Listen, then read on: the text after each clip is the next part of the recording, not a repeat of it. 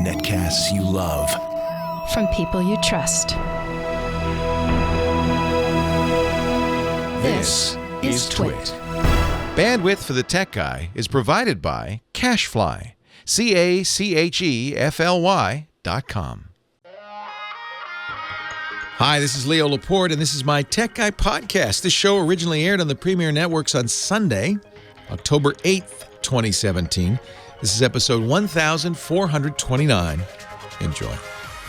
The Tech Guy podcast is brought to you by Rocket Mortgage from Quicken Loans.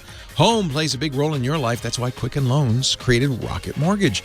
It lets you apply simply and understand the entire mortgage process fully so you can be confident you're getting the right mortgage for you. Get started at rocketmortgage.com/techguy.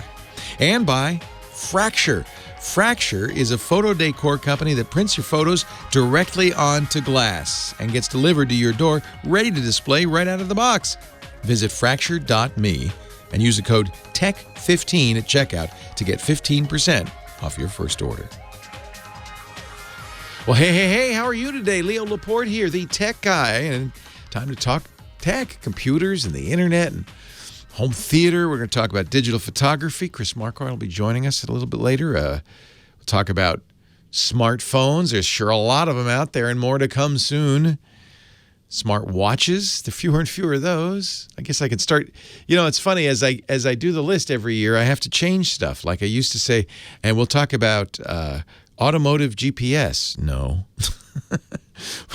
There's just things you do. Desktop computing, not so much anymore, right? Just times change.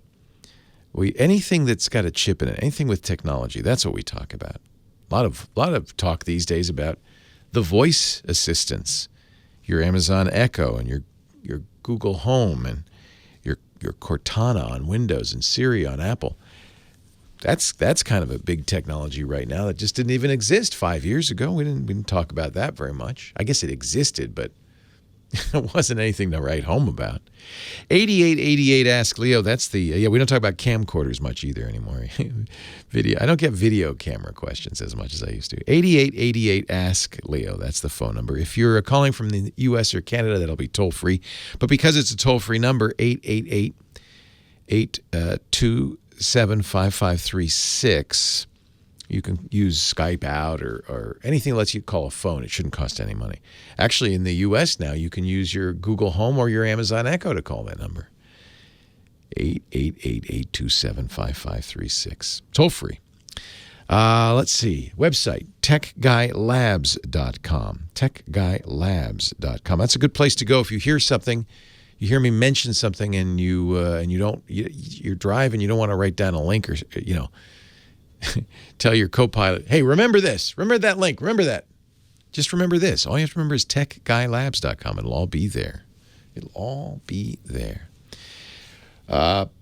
Post yesterday from the chief security officer at Facebook. I like the guy, Alex Stamos.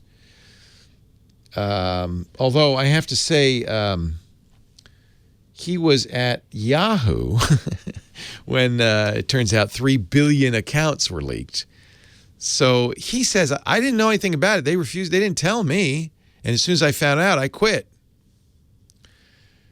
Well, now he's at Facebook, where he's a chief security officer there. He says, you guys in the press, I guess that means me, you guys in the press, he did a whole tweet storm on this.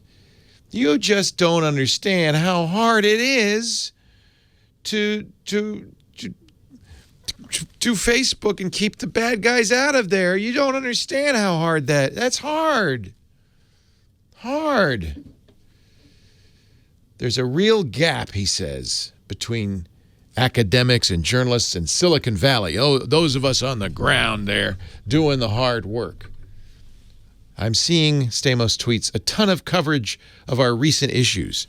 You know, those ads that Russia bought, those political ads that Russia bought, that Facebook, kind of first for months said, oh, no, there was no, we didn't sell ads to Russia, no. And then when press said, well, maybe we sold a few thousand ads, yeah. and now is testifying in Congress and is showing Congress, but not yet showing us. I think it's pretty easy for Facebook to quell the criticisms. All you have to do is make a place where we can see what ads are being shown. See, the problem is with Facebook is anybody can buy ads. Even Russians can buy ads on Facebook and show them to a very select group of people and no one else sees them. They're called dark ads. And as a result, they can do all, they can lie. They can do all sorts of stuff. Nobody will call them on it because they're only, aiming at people who will go, oh, that's true. And no one else sees it. So all Facebook has to do is just be public with this stuff. Who's buying these ads? What do these ads look like? Let us see them. I don't know if they want to do that. He says, I'm seeing a ton of coverage of Facebook driven by stereotypes of our employees and attacks against fantasy straw men tech companies. Huh? Nobody of substance at the big companies thinks of algorithms as neutral. See, this is where Facebook comes under criticism. Because they are, when you go to Facebook, I've talked about this many times, and you look at your Facebook news feed, that isn't everything that your friends and family are posting. Not at all. It's a carefully groomed feed, algorithmically is what we call it. It's done by a computer algorithm or computer program. And it's groomed for one purpose only, to keep you reading. So they take out stuff that's not going to engage you. They watch carefully to see what gets likes, what gets reshared, what gets just people looking at it for a long period of time. They make sure you get more of that, less of that other stuff. Stuff about your sister's baby. Yeah, you don't watch that. You don't like. We want stuff you want because we want you to spend more time on Facebook, see more ads, all of that. He says, nobody of substance at the big companies thinks of algorithms as neutral. Nobody is not aware of the risks. Well, there's a risk because those algorithms can very much slant, we know this, slant not just your politics or what you think about something. That's the least of it. It can slant your feelings. It can slant whether you're happy or sad, whether you're feeling good about the world or feeling bad about the world. Now, I'm not saying that anybody's at Facebook's turning that knob. In fact, that would be silly. Facebook's a business. Their only goal is to make more money. That's what they're set up to do, make as much money as possible for shareholders. Yeah, you can have all that Mark Zuckerberg highfalutin. The world is a better place when people are connected. But really, come on, he wouldn't be doing his job as CEO if he weren't maximizing for profit. That's what all companies do. They maximize for profit. And the way you do that with Facebook is you make sure that people spend as much time as possible reading Facebook.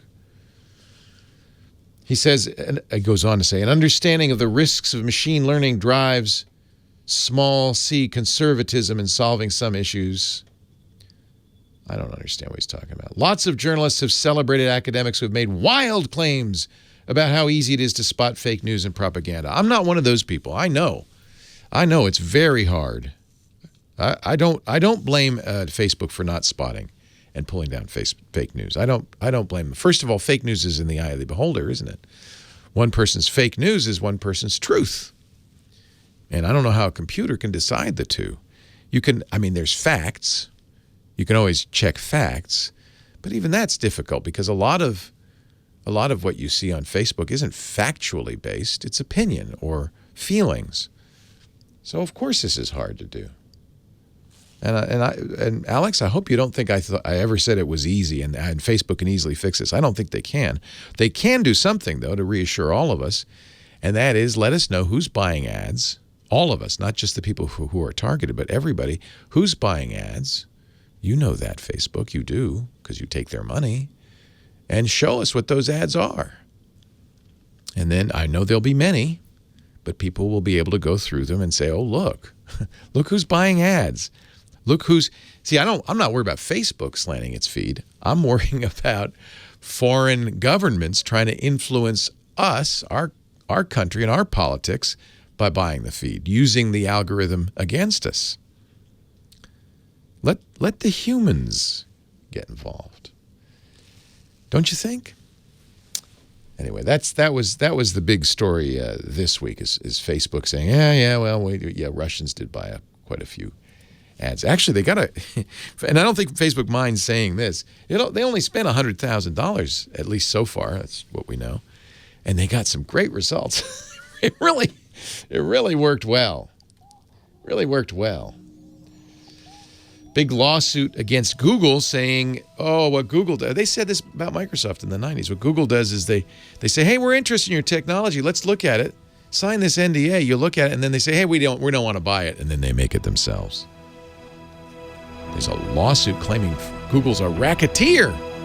Leo Laporte, the tech guy. Your call's coming up. Leo Laporte, the tech guy. There she is, ensconced in her special soundproof booth.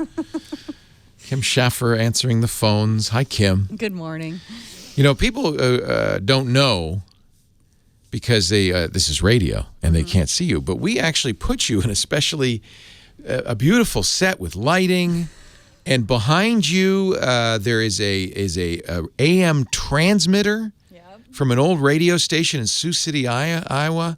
And behind you over your left shoulder, there's the Gates Stereo Statesman mixer board that I first used when I got into radio 40 years ago. Well, it's not the same one. It's the same model, but I did not fix it up. But there's people who Mike Doro did that transmitter. He's a very well-known radio engineer who he does the same thing to old transmitters that some people do to old cars, you know? Mm-hmm. They clean them up, they get new paint, they fix them up, and his thing is, I'm going to make it look like original. Like this is what it's beautiful. Isn't it beautiful? It's nice and shiny. Yeah, Looks like new paint, new coat of paint. And I think it was Ken Jennings who did the Gates Stereo Statesman behind you. He refurbishes old mixers, and that's the old mixer that I used. And then behind it, of course, all my ham radio gear. So you're in Radio Corner. I am in Radio Corner. It's only appropriate. Yeah, none of it's functional. You're the only functional thing back there. And that's debatable. No, you're great. You're great. In fact, I look at the phones and you've lined up a bunch of fun calls for us. Who should I kick things off with? Bob in Philadelphia had to do a factory restore on his Android phone. Oh yeah. Which was a bummer. Been there, done that. Got all of his stuff back. So if this should happen again, wants to What's the best practice? How do you prevent from being in this situation? Thanks, Schaffer. You're welcome. Bob, Philadelphia. Leo Laporte, the tech guy. Hi, Bob. How you doing? How's it going? Oh, it's going great. Well, yesterday you were talking about a guy with a phone. I have a phone. It's an LG V20, and it's a dual SIM phone. But after having it for a couple of months, all of a sudden I stopped being able to receive calls. Calls would just go to voicemail. Oh. And so I went to T-Mobile, whose SIM I had in it, and they couldn't help. I went to LG. LG couldn't help. You didn't have two SIMs in it, did you? Yeah, it's a dual SIM phone. So you had two different SIMs in it? Correct. What was the second SIM? They were both T-Mobile SIMs, just two different numbers. Yeah, there's your problem. The phone probably was a little confused. It's a dual. Does it have a switch in it that says use this SIM, not that SIM? Yes, correct. It's not a physical switch. It's in the settings. Yeah. Yeah, and so if you want to make a call on line 1 or line 2, it seems like that. Yeah, that should work. Yeah. T-Mobile. See, it's T-Mobile I would blame for this, by the way. Well, the guy at the T-Mobile store is very helpful, but he couldn't fix it. Anyway, so I went back to the seller. And the seller said, did you do this? Did you do that? Did you do this? And finally they said, we need you to do a factory reset. Yeah. Before they would... yeah, because they want to make sure you haven't installed something that's messing it up. All right. So I did the factory reset. And now I can receive calls again. But, woohoo. Yeah, well, here's the problem. All my stuff is gone. I shouldn't laugh. That's a sad thing. Yeah, there is a way to avoid that with Android. You don't have to. In fact, I'm an expert at this because I'm always, as you might know, I'm always trying out new Android phones as part of my job, and so I'm always moving from phone to phone. And if I had to start from scratch each time, I'd tear my hair out. So I'll tell you what I do, and then I'll give you. There's an even more elaborate way of doing this. But the very first thing to do is to go in the settings on your phone and.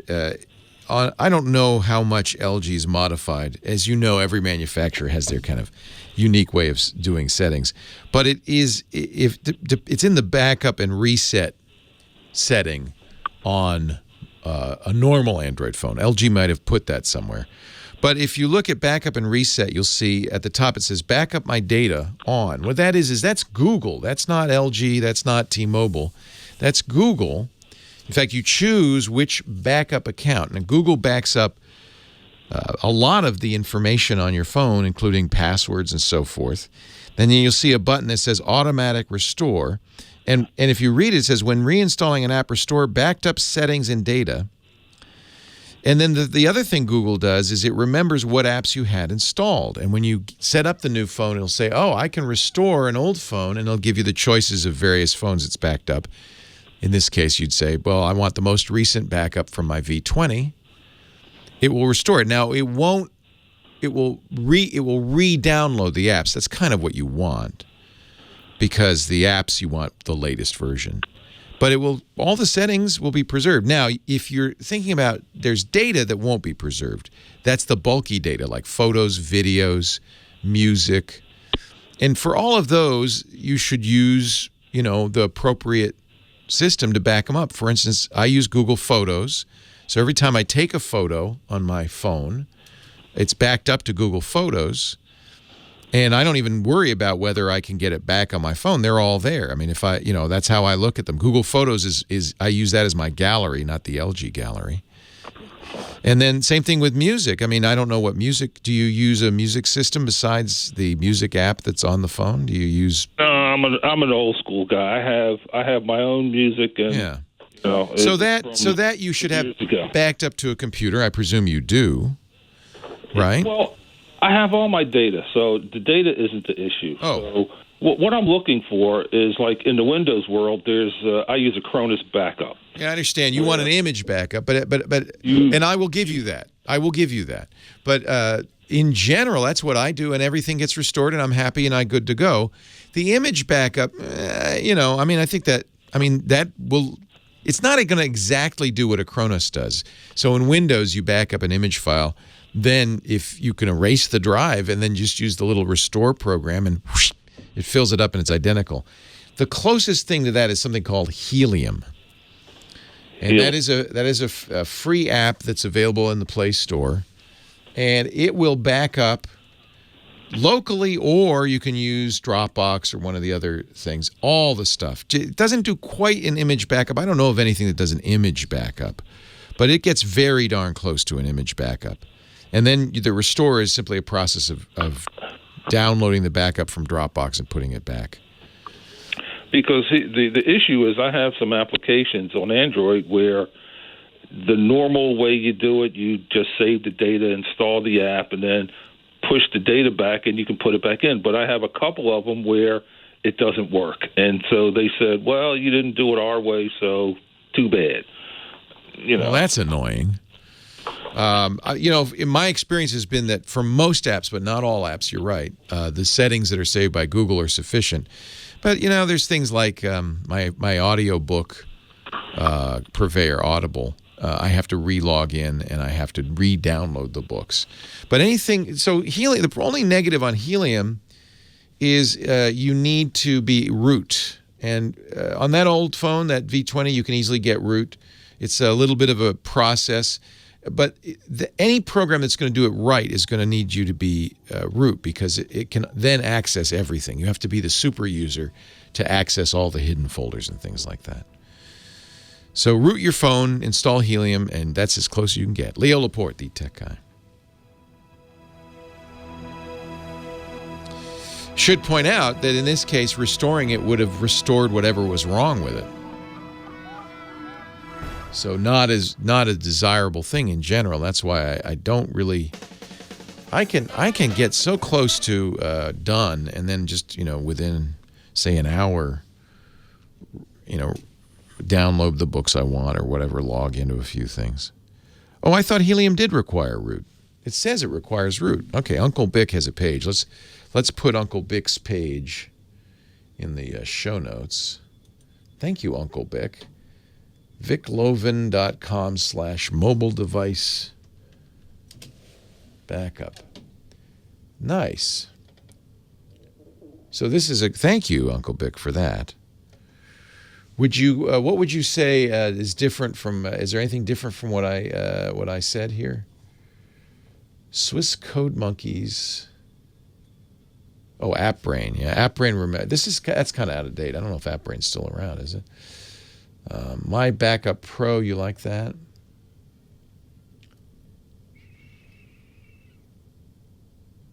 Oh, Helium. So Helium, in their description, says, install Helium on Android. Root user, you're done. Oh, I see. You don't have to be root user if you're... I don't know. Anyway, Kosh is the guy as far as I'm...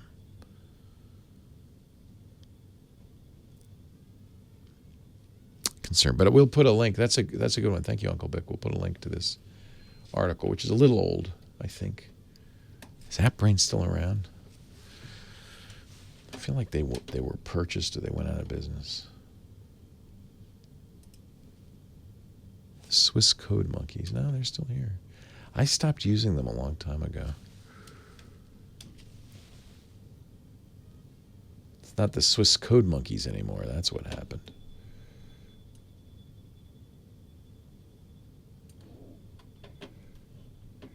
Yeah, I think it's changed. It's not what it used to be. It's something else.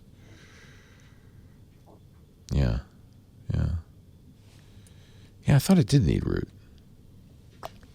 Oh, the Android backup, yeah. That's not what he wants to do, though. He says he does, but he doesn't want to do that. Because you're right. That would restore an image backup would restore what he doesn't want.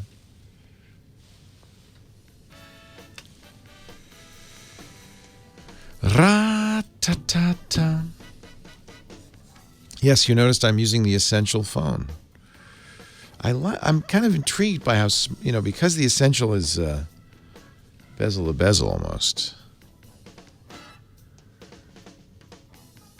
I'm kind of intrigued by how it's a big screen and a little phone. See, it's actually a screen very close to, if not a little bit bigger, I think maybe the same size as the iPhone 8 Plus. But look at the size of the phone compared to it. It's not an OLED screen. Battery life is phenomenal, though. Yeah, I use the Samsung backup. So Helium. Did Titanium get renamed to Helium, or did Helium rename to... Weren't they the same? Where's my keyboard? Oh, no, they're not. Okay. But Titanium does need root. That's right. Helium... I know. I'm very intrigued by the G30. Leo Laporte, the tech guy. This is... So what our last caller wanted to do is what we call, the words are image backup. And if you've used a computer, you're probably familiar, maybe not, but it's a handy tool.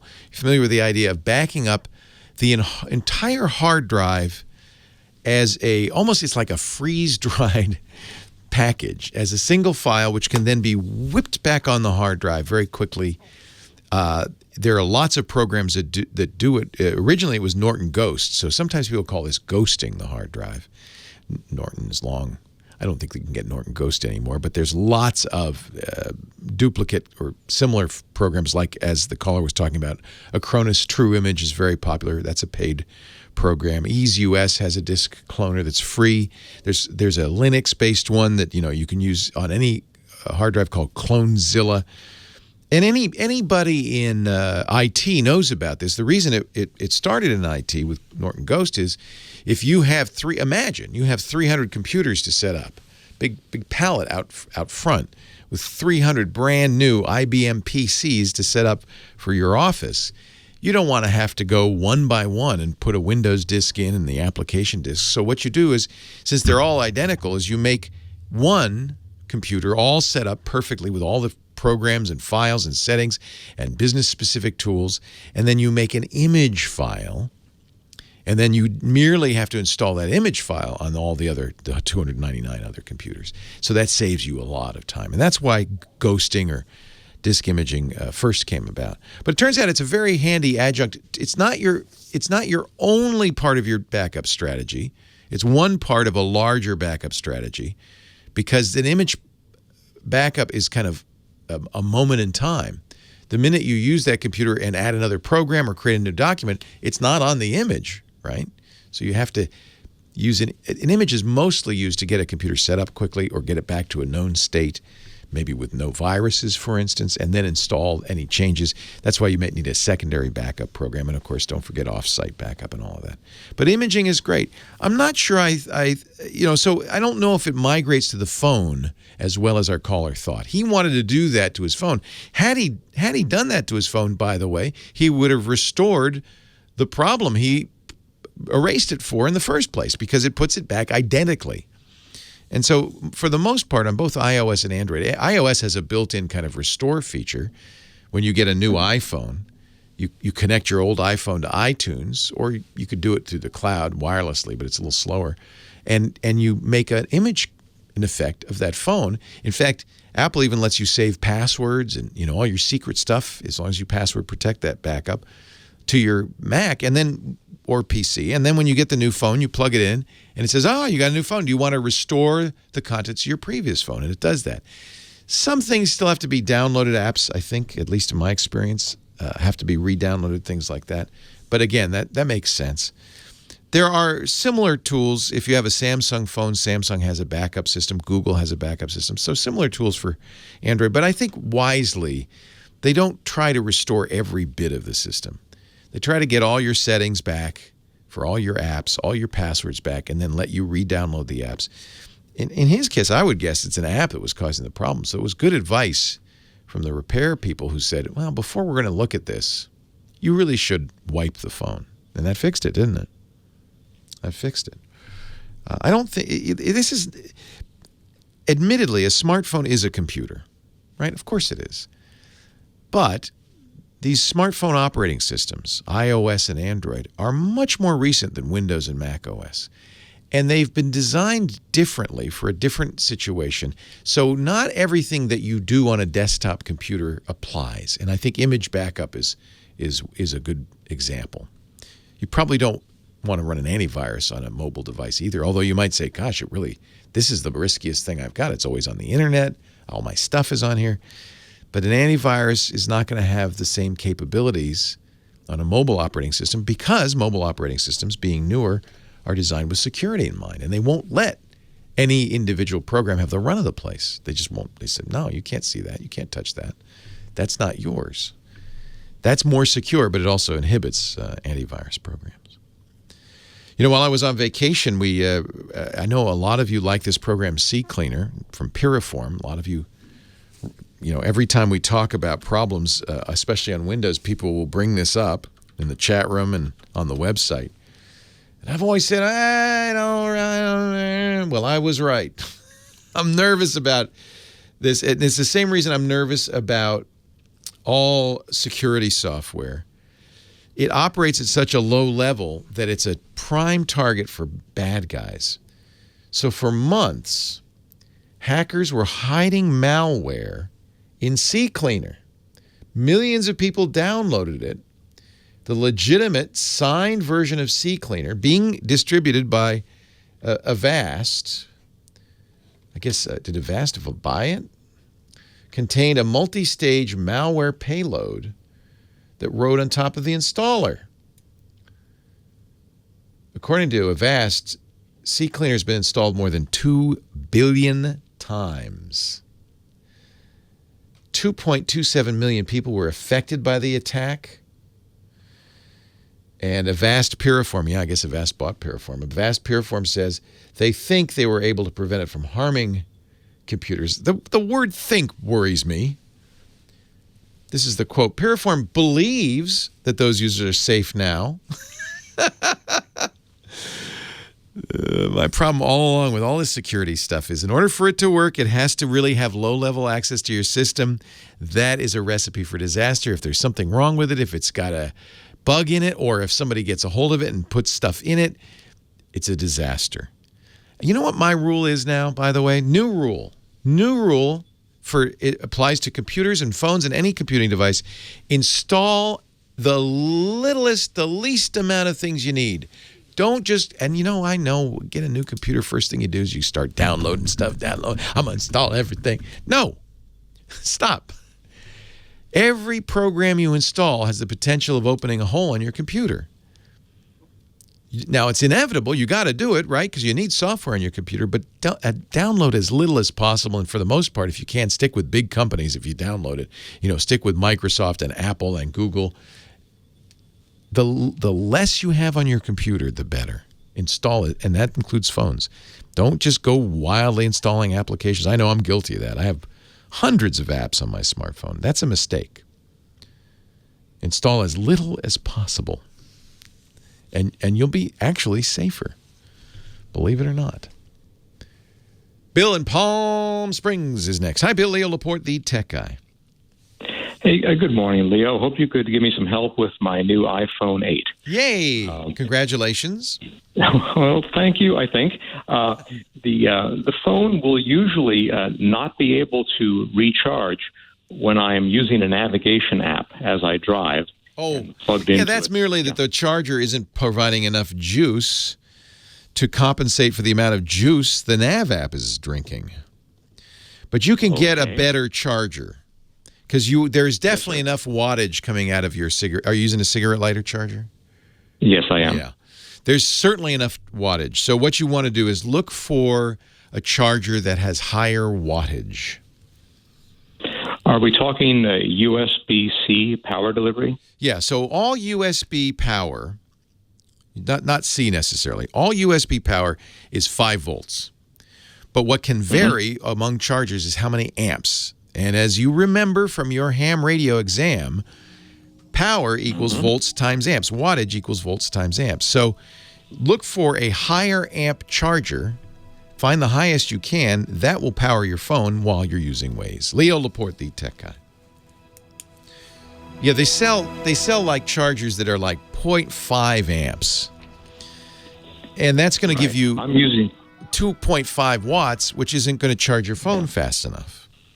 I'm using 2.4 amp chargers and still no luck. Really? That's quite a bit. Okay, so now you're talking 10 plus watts. That's what I would recommend. And you still say the phone is draining faster than that's interesting. It holds perfectly. It doesn't drain, nor does it charge. It will just hold at like 72% for an hour of driving. Ah. How many ports on that charger?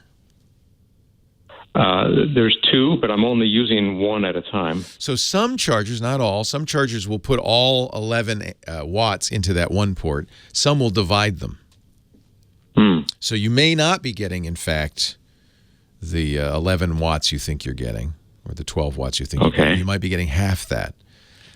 Try getting one that just has one. Or do you have anything running on the second USB? You say it's just the phone on that. Just get one with a single USB port. Okay, I could try that. Or if I'm going to buy new stuff, I was thinking again of going up to USB-C for the extra 3 amps of oomph. Yeah, then you'd have to have an adapter, I guess, huh?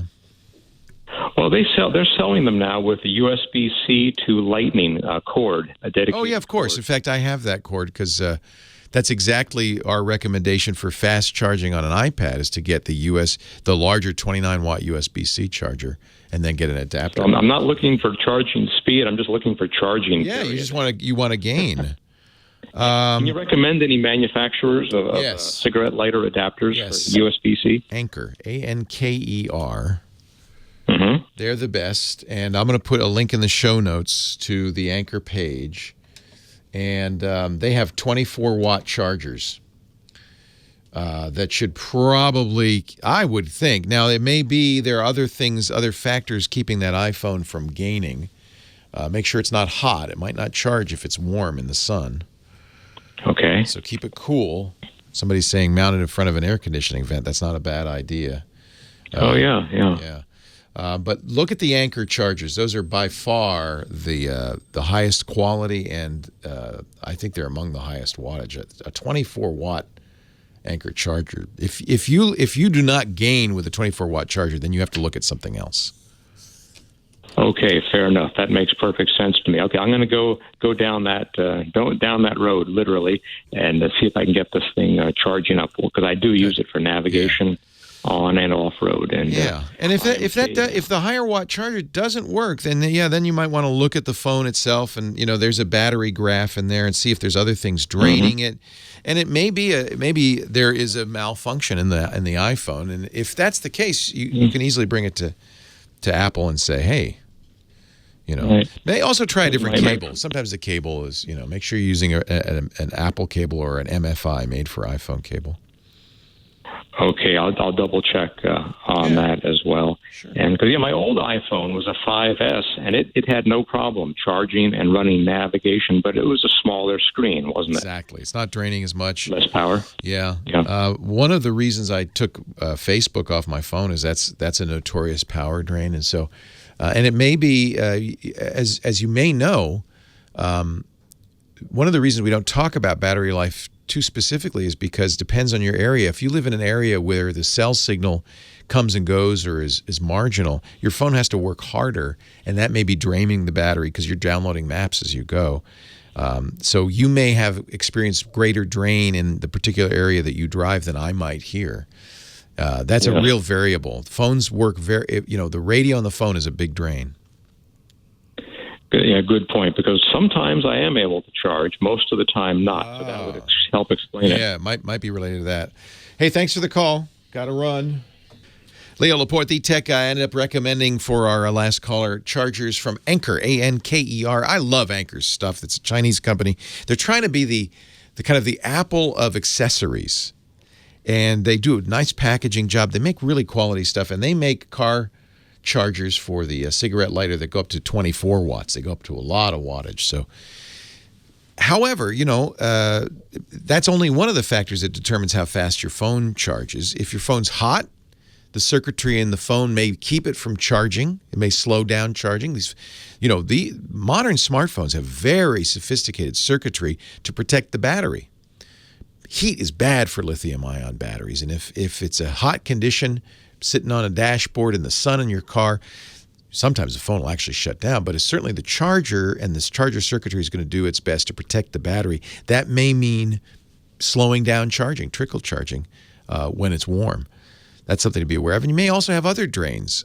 One thing that is always tricky with smartphones, and one of the reasons that Apple doesn't, give you exact battery numbers, most people won't, your mileage may vary, as they say. The worst drain on smartphones, besides the screen's a big drain, and a bigger screen means more juice is going out, so our big screen phones do drain a lot of power. But the other big drains are the radios. So now if you think about it, you're driving down the road, you've got your GPS, your mapping program running, and it's constantly hitting the LTE to download the latest map. You can sometimes even see that happening as you're going. If you have marginal cell reception, or you're having the towers are handing off a lot, or maybe there's a lot of seeking involved, that can drain the battery very fast. It's one of the reasons when I travel, for instance, I expect much lower battery life on my smartphones, because I know they're roaming and they're working hard to get a signal, and that could cut your battery life in half. 8888, ask Leo the phone number. Back to Terry, Amarillo, Texas. Hi, Terry. Leo Laporte. Hey, Leo, how are you today? I'm well. How are you? I am doing well. I'm WQ5Z, a fellow ham. Well, good to see you, W6TWT, and we got a bunch of hams because there's a big hamvention going on, PacificCon, in Northern California right now. They're all out for PacificCon. Wish I was there. Oh yeah, it's what hams is really as important as amateur radio is to public safety, to education. It's also really a social club, isn't it? It's really just it is. And I love that about it. It's really a place to get together. I've done storm spotting for years, but fun. But like the social part as well. Yeah, me too. What can I do for you today? I have a MacBook Air mid-2012 version running El Capitan, and I can only get into the computer in safe mode. It'll go all the way up to that shows the login name and the password, and whenever I hit a key, it just goes thunk, and that's all that happens. But there's a tone, nothing happens. And I've disabled all of the programs that open in login, and I don't know exactly what else to do. But when you hold down Shift key and boot into safe mode, it works. It does. So what that Shift key does is it turns off, it stops loading anything extraneous, anything more than it needs, including drivers and kernel extensions, KEXTs. And you probably, I'm going to guess you have a KEXT that's clobbering things. So the best way to fix this is take this opportunity to back up your data, get everything off there you need, okay? Okay. And then rebuild the Mac. The beauty part is this is a very easy thing to do nowadays. Modern Macs, you can actually download the operating. You don't need a disk or anything. You can either, if you don't have an installer on the system, which most Macs do, if you, for instance, wipe the drive completely clean, you can install over the net. And it works fine. It's a little slow because you have to download El Capitan, or you probably go to Sierra or something, but you have to download it, but it'll do it, and it's really nice. That's a great feature. So you have to reinstall all the programs after you do. Yeah, I'm sorry to say you do. That's actually a little easier on a Mac than a Windows anyway. It's not too bad. It's not too bad. Okay. If you buy the programs in the Mac App Store, and I always try to do that if I can, it's a simple thing just to go install. Go right down the list. You'll see all the apps you own in the App Store and just install. Now, remember what I said earlier, though. Don't install anything you don't need. This is an opportunity to under-install. Only install stuff you know. I would say install as you go. Only install a program when you say, oh, I need that program. And you may find it's more reliable. There's something in there that's causing this glitch. Okay. I do think it could be, and it probably is, a flaky hard drive. Hard drives are the thing that always go bad first, or almost always go bad first, because they're the moving part that gets hot. That's why I like solid-state drives. They're a little bit more reliable, but spinning drives tend to go bad. And the way they go bad is exactly this. One sector goes bad. That happens to be on a kernel extension or a driver you need, and then it tries to load, and it goes, and then the whole thing collapses. Okay. Now, I actually have an SSD on it. Good. But I suppose that also could go bad as well. It can. It goes bad in a different way. Cells die. But SSDs, because this is a problem with SSDs, have a very smart algorithm in there called wear leveling that's really designed to eliminate that as a problem. It moves stuff around. It tries to make sure each cell gets written to the same number of times. And so I find SSDs to be extremely reliable. They don't have the heating issues and the moving part issues that spinning drives. We didn't know, first when SSDs came out, there was some concern these are not going to be reliable. But I think it's now been long enough we can say, yes, they're probably more reliable. Very spoiled. Yeah, and they're sure faster. Spoiled to the speed. They sure are faster. I just remember on Windows that you could run some activity monitors, and sometimes that would tell you where it went. Yeah, you can do a boot log on a Mac as well, and figure out what's wrong. That might be, that might short circuit the need to install everything. It's very good news that you can install in safe mode, because that really does tell you that there's something loading that is not, that is crashing your system. And it's something that's not absolutely necessary. So what you want to do is to go into verbose startup on your Macintosh. Start up in verbose mode. And then once you do that, you'll have a very, very detailed log. Of course, it's going to crash. But then you go back into safe mode and you can read that log. So verbose mode when you start up is Command V. Command V. Command V is in Victor. Victor. For verbose means talk a lot, and it's gonna log everything that happens. And of course, just as with Windows, if it's crashing on boot, the last line is the culprit. That's your culprit. Okay. That's what caused it, or at least one of the last few lines. It's possible that something started to load, next thing started to load, and then the first thing crashed it. Thank you, Leo. You're welcome. My pleasure. Yeah. Macs, it's funny because in Windows we know there's lots of ways to tweak this, and they're really made for people who to get under the hood. A Mac is more like a Tesla. There's no user serviceable parts inside. It's if you know how to go into verbose mode and then get into single user mode and read the log. Yeah, you can do that. It just takes a lot more work. Yeah, I guess we've got about 30 seconds left this hour. So let me tell you what we're going to do. We're going to take a break for news at the top of the hour, catch up on what's been going on in the world around us. That'll give Kim Schaffer a chance to get some more calls on the board, 8888 Ask Leo.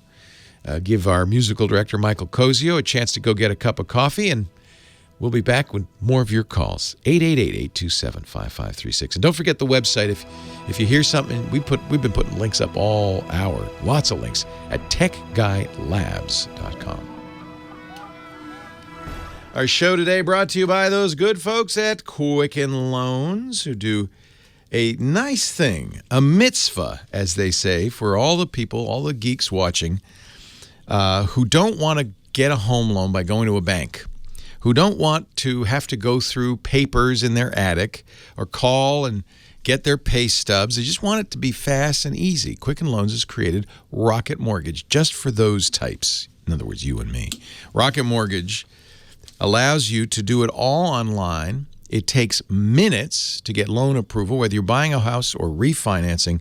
This is the way to go. And by the way, you're getting a loan from the best lender in the country. Quicken Loans is phenomenal. J.D. Power customer satisfaction #1 year after year in both loan origination and loan servicing. In fact, you can see that if you go to their webpage, quickenloans.com. But Rocket Mortgage, that gives them a special place in my heart because they're really thinking about the geeks. You can now go, like today, maybe you're going to go to an open house after the show. You can go to the open house. Honey, this is a nice house. What are they asking for it? That's that little? Honey, we could let's buy this house. Okay. Now let's go to the bank, and a month later we'll see if it's still for sale. No. You pull out your phone, you go to rocketmortgage.com/techguy. They have trusted relationships with all the financial institutions, so all you have to do is give them permission. They'll get everything they need. They'll crunch the numbers. It's all online, so they can do it fast. Based on your income and your assets and your credits, they'll come back to you almost immediately with all the home loan options for which you qualify. You pick the loan that's right for you, and you're approved. It's done. In minutes. You could do it at an open house. Go to rocketmortgage.com/techguy if you want to find out more. Or maybe you're not buying a house at this moment, but bookmark that. Put that on your phone so you'll know when the time comes. You can just do it. rocketmortgage.com/techguy, equal housing lender. Licensed in all 50 states, NMLS, consumeraccess.org, number 3030. Rocket Mortgage from Quicken Loans for the geek in all of us. Apply simply, understand fully, and mortgage confidently with Rocket Mortgage. rocketmortgage.com/techguy. We thank them so much for their support of the Tech Guy Show. Oh, hi. I didn't see you come in. Leo Laporte here, the Tech Guy. Time to talk about computers, the internet, home theater, digital photography, smartphones, anything with a chip in it, smartwatches. I feel sort of bad. Among all the attention being paid now to the new iPhones, and October 27th, there'll be a rush to buy the new iPhone 10, a.k.a. the iPhone X.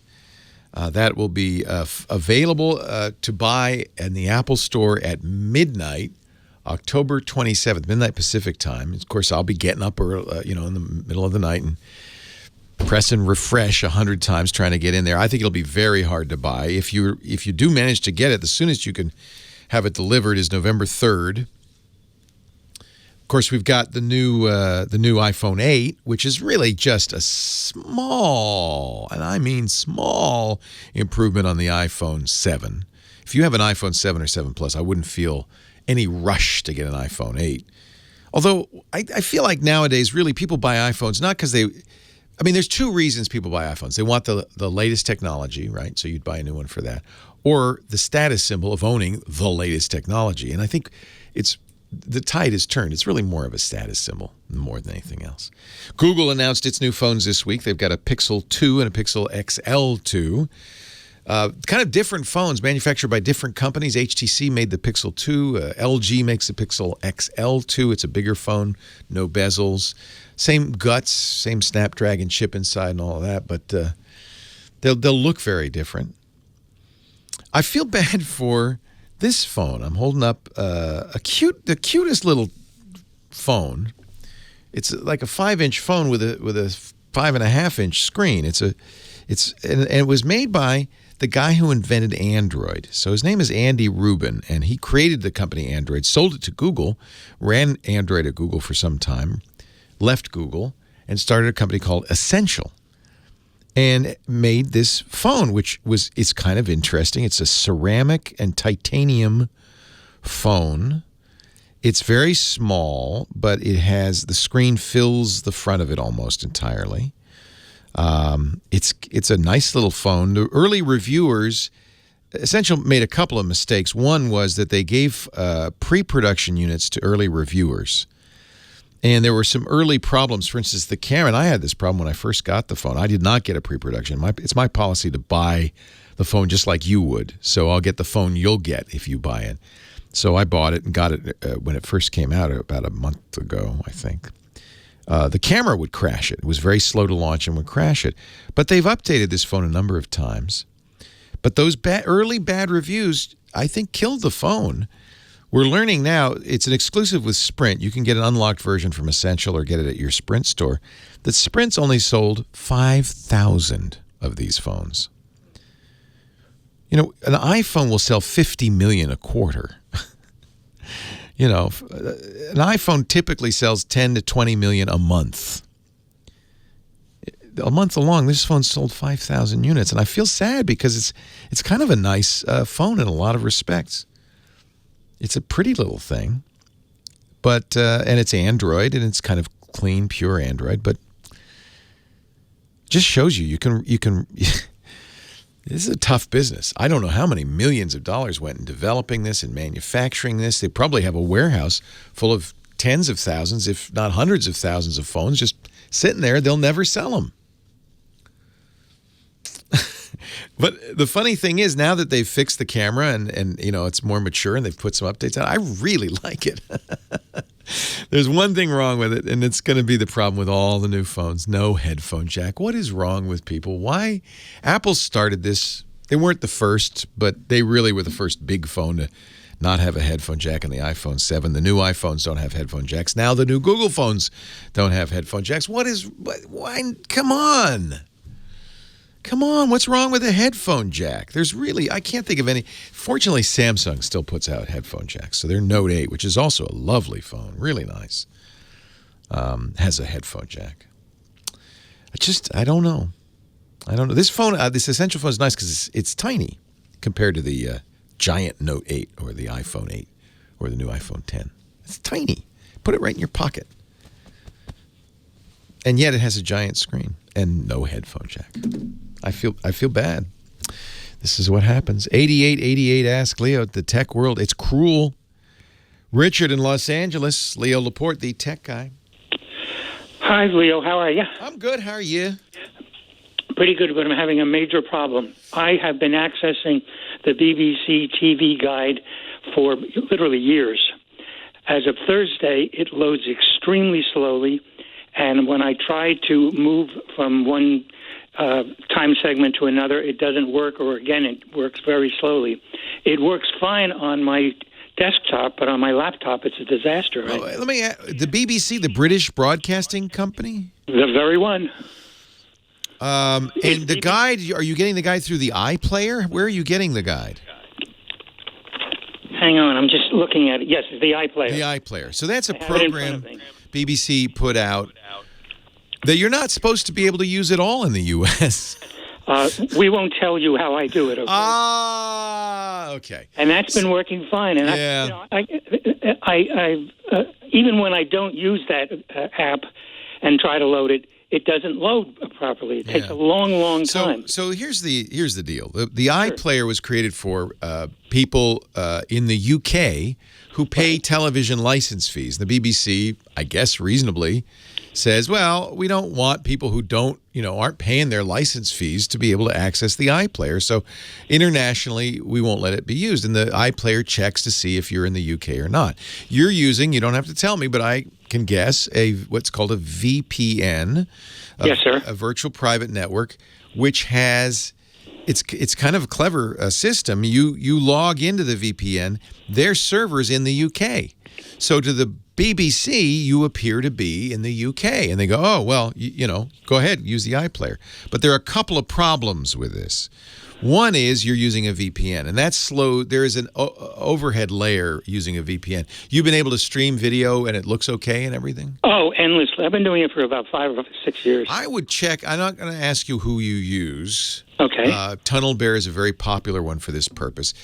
But I would check with the VPN company and see if there's anything going on, because remember, everything you go through, you have to go through this tunnel to get to. Now, you said you're also able to access the guide without tunneling?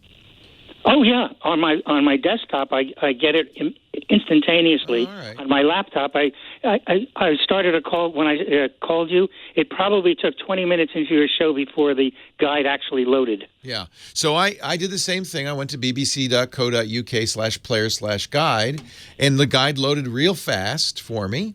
Yep. And I'm able to click on a link. Of course, it says, "Oh, I'm so sorry. This television program's only available to people in the UK." Terribly. They're very apologetic. Sorry, it's due to rights issues. Sorry. But mine's loading fast. So that's interesting that yours is loading slowly, even when you're not using the VPN. If it were only when you were using the VPN, then I would say, well, call the VPN company and see if there's some slowdowns going on. And by the way, the BBC is starting to try to block VPNs and things like that. There are ways around this. For instance, Netflix, which also has geographic restrictions. People can use, if you're traveling, you can use a VPN to get your U.S. Netflix account. But Netflix is trying to block that as well. Right. I'm not sure why. What browser are you using? I've used both Internet Explorer and Chrome. This is loading very quickly for me on Chrome here, so I'm not sure what's going on. Why would one website load slower? That's an interesting question. Leo Laporte, the tech guy. So other websites load normally? Absolutely. When this started on Thursday, I tried about 5 different ones on both browsers. No problem whatever. Very interesting. And it's loading fine for me. So, thank you. I'm not sure why it would suddenly... I even clicked their help.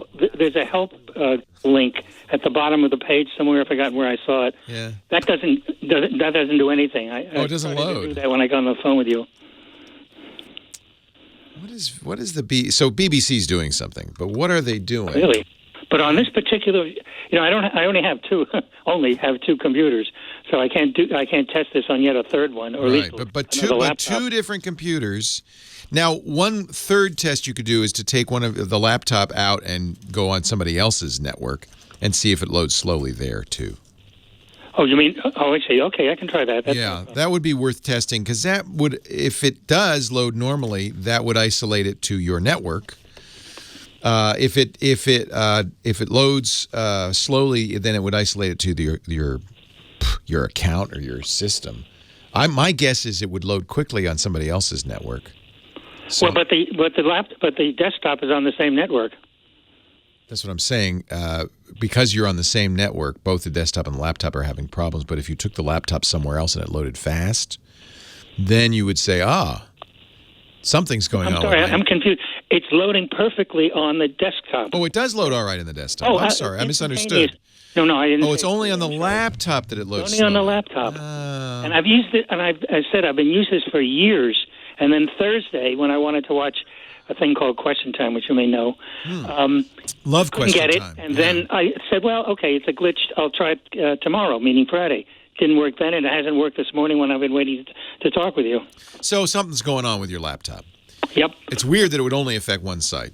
But that site might be using, I don't know what technologies they're using. They may be using something that isn't working right on your system that other sites don't use, that kind of thing. Yeah. So the first thing to do is, if you don't already have a separate account on your Windows machine, like an administrator account or to create a new account, log into it, and see if it works okay in that account.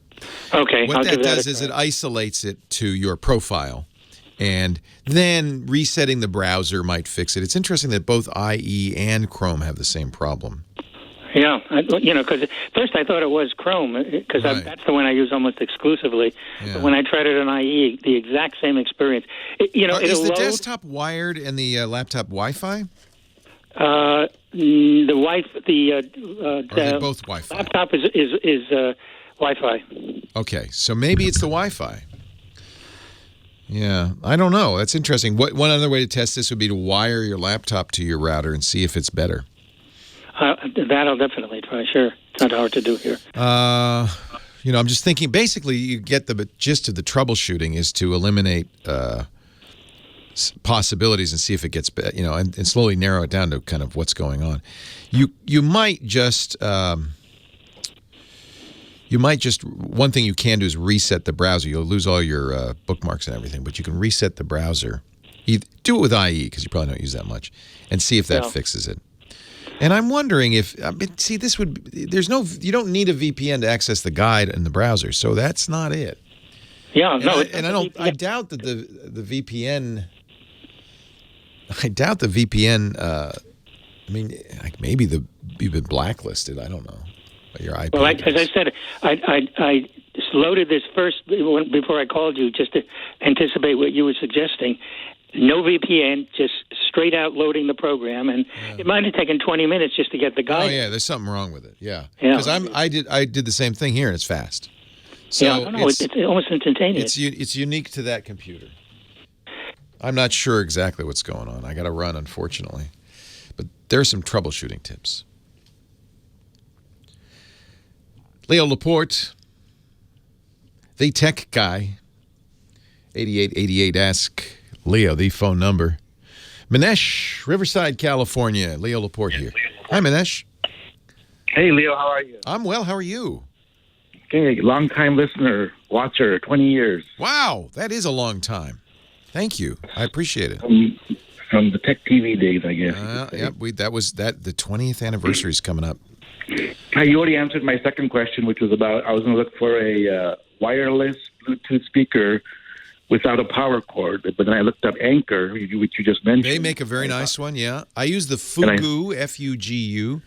Bose makes a bunch of them. Actually, it's F-U-G-O-O, I think, Fugu. But there are a lot of choices. Yeah, I found that. So my original question I talked to Kim, what I asked her was, can you just summarize? I know you mentioned earlier in the show about the questions people ask now. Nobody calls for camcorders anymore. Just go over, like, since you started back in '92, what people ask, and then compared to like what they asked 5 years it's been an interesting evolution. And then what they ask now. Yeah, just to summarize. I started doing this in '92, answering tech questions on the radio. And of course, at the time, we never answered any internet questions. It was really mostly how to use a Windows computer. And the big question, and if you've been around for a while, this might ring a bell, IRQ conflicts were a massive issue. So in the I remember that one. You remember that? No. So I started at DOS. In the early days of PCs, they didn't have enough interrupt lines, so they would double up on the serial ports. So 1 and 3, 4 and 2 would have the same interrupts, and that meant if you had something on the serial port 1 and something on serial port 3, that you would have an interrupt conflict and things wouldn't work. And it was just a nightmare thing. We've by the way, we've eliminated serial ports. USB solved that problem. Thank you. Yes. Then of course, we started getting a lot of questions when the internet started to emerge of how to get the internet on my computer. And we don't get that anymore because every computer comes with the internet. But I remember the folks at O'Reilly used to sell a boxed product called Internet in a Box that had the Mosaic browser, something that would allow you to use a slip connection with your ISP. This is how far back we go. You really had to want to get on the internet. But you know what? When you got there, there had animated GIFs, and and there was this thing called Yahoo that had a directory of every web page you could find on Yahoo. That's changed. Trumpet Windsock. Mike B's reminding me that's the software that came in the Internet in a Box. Trumpet Windsock. So, but then there's hardware too, right? We in the early days, we spent a lot of time talking about monitors. People don't really think about monitors because most of the time when you get a computer now, it comes with a built-in monitor. Even a desktop often has it all in one. So people don't ask about monitors much anymore. Let's see. You have video camcorders. That was a big category that came and went. In fact, frankly, I think we're headed that way with cameras in general. Smartphone cameras have gotten so good that I don't know if people are buying. It's funny because here's where I've observed this. Over the years, we've done appearances. I've shown up at various stores and events. And in the early days, I remember at first people took pictures. They said, let's get a picture with film cameras, very fast. You'd raise the camera, press the button, you got a picture. You wouldn't know if it came out, so you might take two. But they're expensive, so don't take too many. Then digital cameras started coming out around 2000. And the earliest digital cameras, I'll never forget, these people would come with these Sony, they called them Mavica cameras. They saved the picture to a floppy disk. So they would take a picture and it would go, and it would take a half minute. Then they would look at the picture and then they'd come back and say, can we get another one that didn't come out? So I'm glad that era is gone. Then the digital camera era, and a lot of people had point-and-shoot cameras. That went pretty well after people got used to them. And then, nowadays, people very rarely will have a camera. When they come to the studio to visit or they just want a picture, it's almost always a smartphone. So I think, except for hobbyists and aficionados, photo bugs, we're probably going to see the end of point-and-shoot cameras. I don't see a big growth in point-and-shoot cameras over the next couple of years. GPS units, standalone GPS units. You got to feel for companies like Garmin and TomTom, who were king of the world, sold a lot of those units. Every car comes with a GPS, and who cares if it does anyway because it's in my phone too. The smartphone's been the single most disruptive technology I've seen in these 40 years. It's really transformed a lot of things. Yes. And I have an AOL disc here for you if you'd like as a reward. I have the same AOL address that I did in 1996. You get 1,000 free hours with this one. Yeah. Remember those?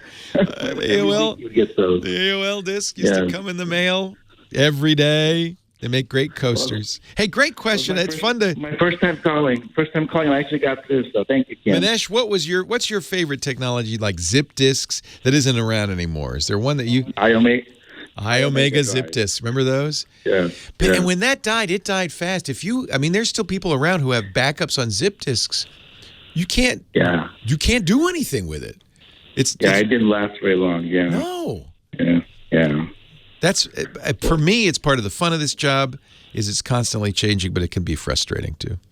Well, we appreciate you. Your voice is so soothing on the weekend, so I always look forward to it. Oh, it's really nice to know you're listening. What a great question. Nobody's asked me that. That's fun. Thank you. Take care. Yeah, this is what happens when you do anything for a long time. Things change, but nothing changes faster than technology. Nothing.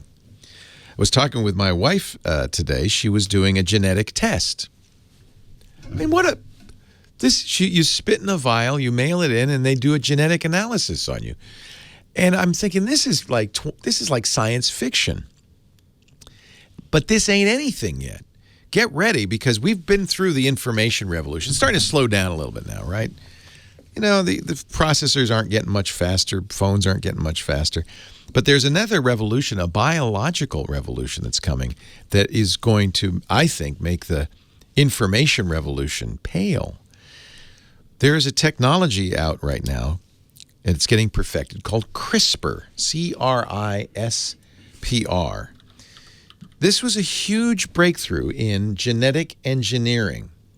It is basically the ability to cut and paste DNA.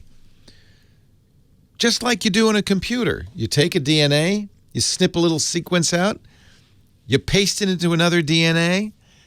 This technology is advancing very rapidly and will give us the ability to diagnose genetic illnesses in preborns and fix them, even fix things in adults. You want blue hair? No problem. You want a tree that glows at night? No problem. This is just around the corner. Our kids are going to experience a revolution over the next 20 and 30 years in genetics, in biology and biotech, that I think is going to make all of this information technology seem very old-fashioned. There's no question things are speeding up, aren't they? 8888 Ask Leo. Leo Laporte, the tech guy. More of your calls. Oh, Chris Marquardt, our photo guy, right after this. And Chris Marquardt is back. We both went on vacation. And we both went to places where there's amazing wines. You went to Tuscany. I went to France. Yep. Now, the interesting thing is, now Chris and Monica, his significant other, are both professional photographers. You took your folks, and you decided not to bring your cameras. We both thought it would probably be nicer to give my parents a bit more time, which we did, and we decided to leave the big professional cameras at home and just bring our smartphones. Awesome. And it was a good and it was a grounding experience because you get kind of spoiled with these big sensors and with big fast lenses and things, but shooting with a smartphone just is a much more basic thing. It's a much more you don't, for example, I'm on a 6S still, so I don't even have a zoom lens on it. So I have to walk instead of zoom. And that changes the dynamics of photography, that changes the kind of photos that you get. And it forces you into becoming a bit more creative. So that's a very good experience. I think I would go through withdrawal, we had a bit more time as well. So yeah, I mean, I think it's a really good thing especially to do. Especially as we had amazing weather in Tuscany. Yeah, so there was a bit of a withdrawal. But So we have a photo review, which is a little overdue. We asked people to take pictures illustrating the word or concept shadow. And we got 4 pages of great images in our Flickr group. We got over 100 submissions. Nice. Amazing. But Chris has narrowed it down to 3 that he'd like to talk about today. It was a tough choice, but I chose 3 pictures that, well, technically don't really depict shadow. So it's kind of some of the outliers, but I still like them. First one is by Randy Reed, titled Sun Shadows. And if you look at that photo, it's more of a reflection than a shadow, right? It's kind of a silhouette, which I guess is a shadow of sorts. Well, you see the shadow side of the trees, but then what you see on the water is the reflection. It's beautiful, clear, very still water. It doesn't move much, so you get a more of a mirror-like reflection. But then when you look at the position of the sun and how it's a backlit pair of trees, and the sun would probably cast the shadows in almost the same spot that the trees are. So it's kind of the shadow of the trees. I like this this double thing going on here.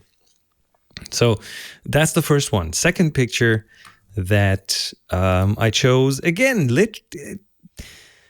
it's been taken through the solar eclipse. It's by Steve, called Moon Shadow. This one's beautiful. Boy, is this gorgeous. Picture of the sun. It's a series of pictures of the sun with the moon moving in different parts of the picture. In different stages, you see different stages of the solar eclipse. But then, again, the sun is the light source. The moon gets in front of the sun, so the moon casts a shadow on the earth. That's what we see. But of course, you also see the shadow side of the moon. So again, this same double thing going on here. The other reason I like this, it's a nice montage of different shots of and I give Steve credit is we all took pictures of the eclipse, right? And it was hard to get a unique or something interesting, and I think he did. He really got a really nice series of images. It's 1, 2, 3, 4, 5 sequential images of the eclipse from 0 to almost totality. Almost, yep. And the third one is by Bianca Luna. Title I don't really get underscore. Oh, you hate it when needs a better title. Yeah, but people don't title their photos. It's pretty though. Anyway, it's a pretty picture. It's a sunset at the sea, I guess, and it's a person standing like one of these forced perspective type of shots where where that person holds the sun in their hands just being placed so that it looks like that. It's a beautiful warm sunset again, same as in the first one. We're not really seeing a shadow of the person. We're seeing the shadow side of the person because it's a backlit. All of them were backlit. We mostly see a reflection of that person in the wet sand in the front. But again, we're looking at the shadow side. So there's again this kind of double meaning thing going on. And that's what those three pictures have in common. And still good outside the box thinking there. So kudos. Good job. Well, and thanks to everybody, all 100 of you who submitted images. All the 106 people who submitted something. Really, some really nice images. You can go to the Flickr pool and look at them all. If you go to flickr.com and look for the Tech Guy group, that's where we put our images up. Really nice job, everybody. So you know what and that I have means. a new assignment. Yes. We have a new assignment. Well, fall has fallen and the days are getting shorter, so I thought we'd make short the next assignment. So 1 month to submit a picture that depicts or describes or shows the concept of short. Short? Oh, short days, short people. Well, short attention span. There's possible. lots of shorts out there. We don't ever narrow it down. We let you figure it out, but here's how it works. You take a picture. You can upload as many as one a week, so you'll have the chance to upload 4 different images. Flickr is a free photo sharing site. I guess it's now a Verizon/Yahoo site. Well, it's still there. So it's still there and works great, and I still love it. Yeah. FLICKR.com.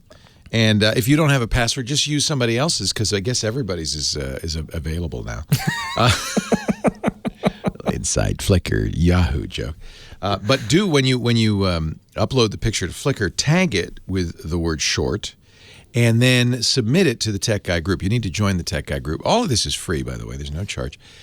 Renee Silverman, our moderator, will welcome you. You'll know it's a Tech Guy group because there's a picture of me. There's about 11,000 members, thousands of photos. It's a very active group. But each week, just the idea of this, it's not a contest. There's no prize. The idea is just take pictures. If you need some inspiration, go out there and try to find pictures that illustrate the word short and upload them to our Tech Guy group. And in about a month, we will do another photo review with Chris Marquardt here. Welcome back. We missed you. Fortunately, you recorded shows all the way. We didn't miss a single show. You worked really hard and got everything recorded ahead of time. So thank you. Well, another workshop planned? When's your next workshop? Well, I have just released an updated version of the Discover Lightroom workshop. So there's a Lightroom CC workshop up at discoverlightroom.com if anyone wants to get an updated, brand new version of that. That is really useful. And, of course, don't forget the free PDF he gives away that helps you triage your images. What is it, 1,000 pictures in an hour? What is this? 1 hour, 1,000pics.com. 1 hour, 1,000pics, PICX.com. Get that. That's free. And if you're interested, Chris does a lot of workshops all over the world, some fun stuff. I know you're going to do the Svalbard trip again, I think, right? It's in the future, but sometime in the future. Morocco is going to be very interesting next year. Oh, how fun. Go to discoverthetopfloor.com to find out about that. Thank you, Chris Marquardt. We'll see you next time. See you. Leo Laporte, the Tech Guy. More of your calls right after this. Leo Laporte, the Tech Guy. 8888. Ask Leo. Tom in Charlotte, North Carolina. Hey, Tom. Leo Laporte here. Hi, Leo. I'm not in North Carolina now. I'm actually in South Carolina. Well, you see, if you drive long enough and we keep you on hold long enough, you'll be in Florida before too long. Well, no, I'm heading to Atlanta. All right. Virginia. Well, I'm glad we got you before you got to Atlanta. What can I do for you? Well, I'm basically a stay-home guy that works at home, and I do desktop sharing around the world with different customers and stuff for a company we'll just leave out of it. And I'm getting ready to move, and my family wants to move rural, and I need high-speed internet. We can't find anything that would tell us what high-speed internet is when we're moving to or anything. And my real estate agent keeps on finding these houses. Well, there's a cable coming through the wall, so it must be good. And I'm like, that's 1974 copper wire. That's not. Well, I'll tell you what. I will. This is it sounds like it's true for your business, but it's true for me in general. I will not move somewhere where I can't get high-speed internet. That is just out of the question. Unfortunately, a lot of rural areas do not have that option. Now, there's one place you can go that will give you, I think, information about your locality that I use all the time. It's DSL Reports at dslreports.com. That doesn't seem to help. I mean, well, if it's really rural, there might not be any reviews from that area. Right. Well, what we've actually have to do is actually find the cable company there in by the location or whatever ISP, and actually try to sign up for a subscription for these places. And then sometimes they'll turn around and say, yeah, we'll be out there tomorrow. And they're like, okay, we can't pay for it because we're not going to put a bid on a house until we know what you can bid on it. Yeah. Well, that's one way to do it. It seems like more trouble than it needs to be. A lot of times most internet service providers will have a front page where you could say, here's the address. Do you provide service to that address? My experience, however, with at least Comcast, the cable company out here, is it's not always accurate. So I could see why you might want to call them and even make an appointment to get a truck roll, because frankly, they'll say, oh, yeah, until it comes down to actually setting it up, and they go, oh, no.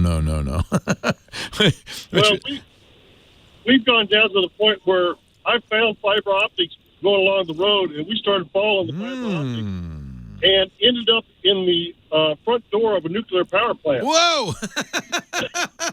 But maybe they'll let you borrow a cup of internet from time to time. Yeah, well, it didn't look good because I was driving a 15-passenger van with windows all darked out. Yeah, that sounds like trouble. They showed up with weapons in front of me. Yeah, so next time take the your fiber. Next time take the Pinto. Don't take the van. Somebody in the chat room is saying broadbandnow.com is a place. Broadbandnow.com will do ISPs by area. I'm not familiar with that. I always use DSL Reports, but if you can't find anything there, that's not good. It says broadbandnow.com says find every internet provider in your area. It's a database of broadband providers. That's cool. I'm not familiar with this. That's nice.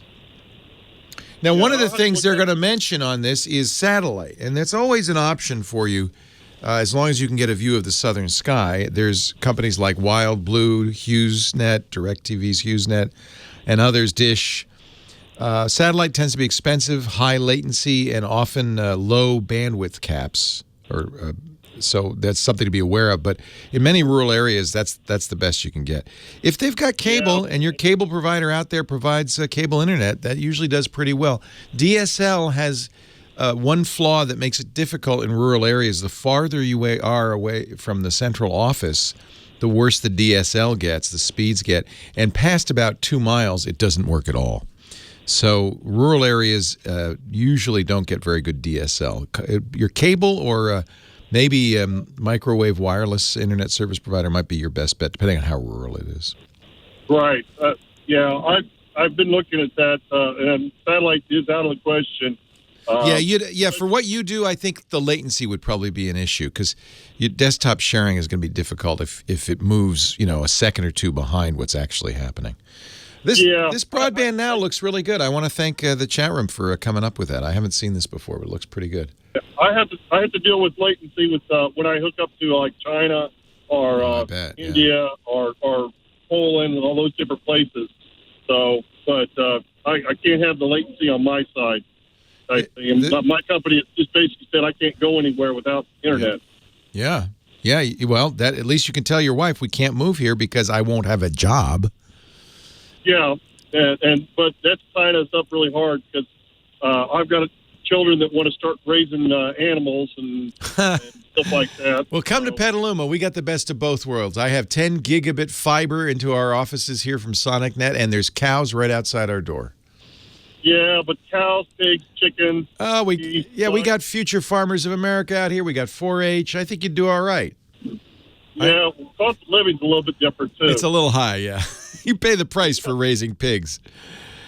Yeah. Good luck to you. This site is pretty cool. BroadbandNow.com was created, it says, in 2012 by Dwayne Anderson and Nick Reese, who were looking for a simple way to find broadband in rural areas. Exactly what you say. And I guess it's kind of a directory of broadband that's not owned by any particular company, which I like. I wouldn't necessarily go there for reviews, but certainly to enter in your new address and get some sense of what kind of connectivity you can get. Then it probably would be worth it if you're really serious about the house to make sure you can get it installed out there. For instance, there are areas out here which is pretty well serviced by Comcast, but you're 100 feet from the nearest pole. And we had this experience a couple of houses ago. We were just far enough that Comcast hadn't wired it for cable. And when we contacted them, they said, well, we'll trench out to your house if you pay us. But it's expensive. I think it was thousands of dollars. I think it was $5,000 for 100 feet. So we decided to do without cable at that location. 8888 asks, Leo, good luck. Get a great move there, Tom. Tim, Long Beach, is next. Leo Laporte, the tech guy. Hi, Tim. Hi. I've been a big fan since Screensavers. Thank you. I have a question. I bought an iPad Pro last Christmas and a Lexar jump drive so I can download photos directly to the camera roll because my Mac is old, doesn't have the newer version of iTunes. And with iOS 11, it has ceased to work. Oh, you got the camera connection kit that Apple sells? No. Okay, so... Oh, I probably do, but... It's a dongle that has a lightning port at one end and either a USB adapter or depends on which one you get, SD card reader. And the idea would be that you could then put the Lexar drive into the SD card reader or use an SD card reader on the USB port. But it's very limited what they can do. This is not an ideal situation. Yeah, I'm a semi-professional photographer. I do a lot of nature photos, and this was an easy way to show. This was the stopping point for me. I was really hoping I could use the new iPad Pro instead of a laptop during travel only. I have access to my desktop at home, but when I'm traveling, something really light and use it to at least go through pictures and so forth. First of all, Camera Raw, iPads don't understand Camera Raw, so you have to use JPEG, which is for pros, not as ideal. And then this camera connection kit doesn't work quite as hoped. I haven't tried it with iOS 11, but I ultimately gave up this hope. There is one thing you should be aware of. What camera company do you shoot with? I use Canon. I use 1DX. Canon. Oh, nice. You got the top of the line. So Canon does have an app, an iOS app, and this is what I ended up using, that I can wirelessly transmit photos to my iPad. So at the end of every day, and this works with Sony, Canon, Nikon. There's one for Leica. That at the end of the day, it uses Wi-Fi, so it's relatively quick. You pair your camera with your iPad, and then you, at the end of the day, you load up your camera, and on the iPad, pick the photos you want to transfer over, and then go have lunch because it's going to take a while. Yeah, but it does do it. These are already edited raw photos. Well, RAW, the iPad's not going to understand RAW at all, period. I know. They're edited in RAW, saved to JPEG. Oh, you want to just keep a copy of them maybe to show people, that kind of thing? Yeah, exactly. Yeah. Well, I guess the next best thing would be iCloud Photo Drive. Put them up on the photos on your Mac, and then they'd copy over to your iPad. Leo Laporte, the tech guy.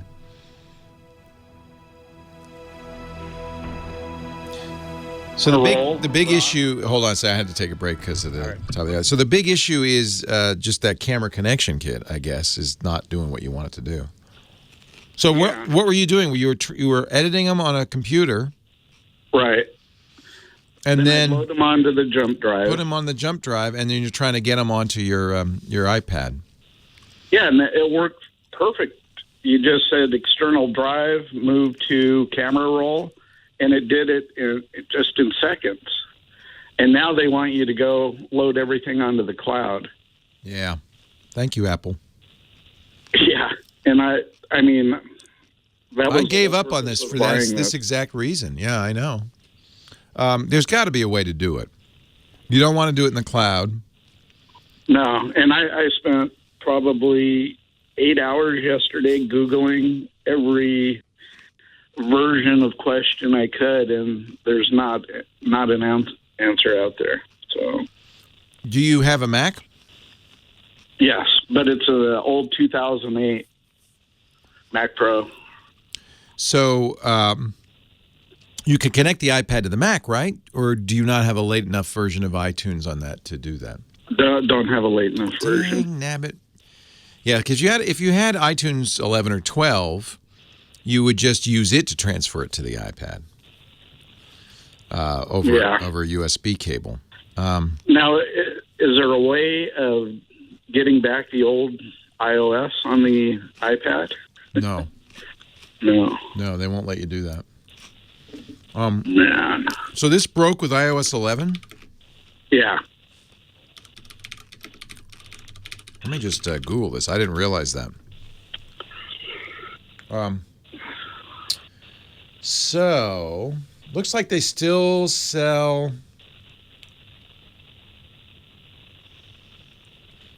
all right, so this should still work on iOS 11. They still sell a camera connector.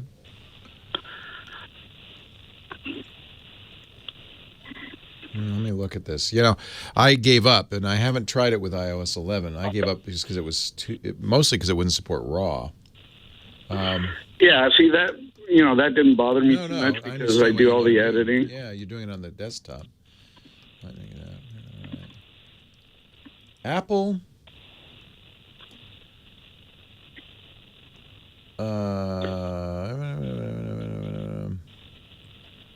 So here's a product. I'm trying to find one that works with iOS 11. Yeah, I put in the jump drive, and it reads the photos. You select them, you go to move it, and as soon as you hit the move button, it shuts it off. Now, there is a firmware update. I do remember that you need to get a firmware update. Were you offered the firmware update, believe it or not, to the dongle? Yes. And you did it? It's all up to date, yeah. Okay. Well, you know what? They're still selling this dongle. I don't understand why it wouldn't work. Maybe you have an older one that's not. Did you get the USB 3 dongle? Yeah. Yeah. Well, they still 64 gigabytes. Yeah, they still sell it. I don't understand what's not working. Anybody in the chat room have any? Oh, yeah, here's another good one. This is actually what I also do, this Lightroom Mobile. If you're using Adobe Lightroom to do the processing, are you? No, I use Photoshop. Lightroom has, Photoshop won't do this. Lightroom has a companion app on the iPad, and you can say, sync my photos from my desktop to the companion app. That works quite well, wirelessly. Yeah. What's amazing is the photos that I did have on there, they're still there. And it sounds like it's the camera connection kit. It sounds like it's the camera connection kit is not working. You know, the dongle's not working properly. You might. I hate to make you get a new dongle. They're not cheap. Apple says the Lightning to USB 3 camera adapter works with both the new 12.9 inch iPad Pro and the I wonder if iOS 11. Yeah, this is the Lexar jump drive. Yeah, the jump drive is not it. Does the jump drive have a Lightning connector on it? Yeah. Oh. 64 gigabyte with the Lightning connector. Yeah. Get the Apple one. The Apple one works with iOS 11. I don't know what the Lexar one does. The Apple, so Apple sells two. They sell their Lightning on one end, and the one you probably want is USB 3 to Lightning. And then you could put a card reader in it or whatever, and it would just copy it over. I think that's probably the case that the Lexar is not compatible right now with iOS 11. I didn't realize Lexar made an adapter. So it's not going to ask me to put it on the cloud then? No. Okay. What you need is an adapter that will let you copy it directly. So Lexar sells a... Oh, that's cool. It's my guess that the Lexar is not updated for iOS 11. Now, what I would do is check with Lexar and see if they've got an update to it. Yeah, they had an update just 4 days ago. Yeah, but it didn't fix it, did it? No. Okay, so now I understand what the issue is. Yeah, that's a $50 reader. Yeah. Yeah. Huh. Well, that's my best guess is there's some compatibility issue because Apple's camera connector does work with iOS 11. So that's what I thought you were using. That's why I was puzzled. Yeah, I would guess that the Lexar, they did something. And I'll have to get one of those then. Yeah, the Apple's actually cheaper than the Lexar. And if you're interested, I know you love photography. I'd like you to check out my site. Yeah. It's just Tim Foltz, Foltz, photography.com. What do you like to take pictures of? Mostly nature, but I mean, I've done everything from birth, well, not right after birth, I should say, engagements, surfing, but mostly wildlife, birds. Oh, nice. Oh, beautiful. With that nice 1X, man, that 1D. Nice. Yeah, mostly with the 500 and an extender. Nice. Wow. So it makes it 1,000, right? It's a 2X extender? No, 700. 700, all right. No, the 1.4. 1.4 extender, yeah. Nice. God, these are great. Beautiful, Thank Tim. Beautiful. I put in a lot of hours. Yeah, I can tell. That's a lot of work. Wildlife photography, a lot of work. Yeah. Very nice. I appreciate your help. My pleasure. Nice to talk to you. Take care. Thank you. Bye-bye. All right, bye-bye. Our show today brought to you by Fracture. Oh, man, I love these Fracture prints. Let me just show you the big one. I'll kick it off with the big one. So Fracture is a home decor, photo decor company that's out to rescue your best pictures from the digital ether. I know you've got great images, but they're on a hard drive or on your phone or there's somewhere you can't really access them. Maybe you print out a photo book. How often do you look at that? But if you've got an image you're proud of, you love your kids, or you got a family photo you want to put up on the wall, this is the best way to keep those photos alive, to really give them a presence in your house. Last vacation, last spring, I took a picture I'm proud of in the Galapagos, and we got it printed on Fracture on the biggest size they do. This is 21.6 inches by 28.8 inches. Look how big this thing is. But I love this picture. And I tell you what, printing it on glass pops the contrast, makes the color richer, and it really brings the picture to life. Look at that. As soon as we've done with this ad, I'm going to put this on my wall.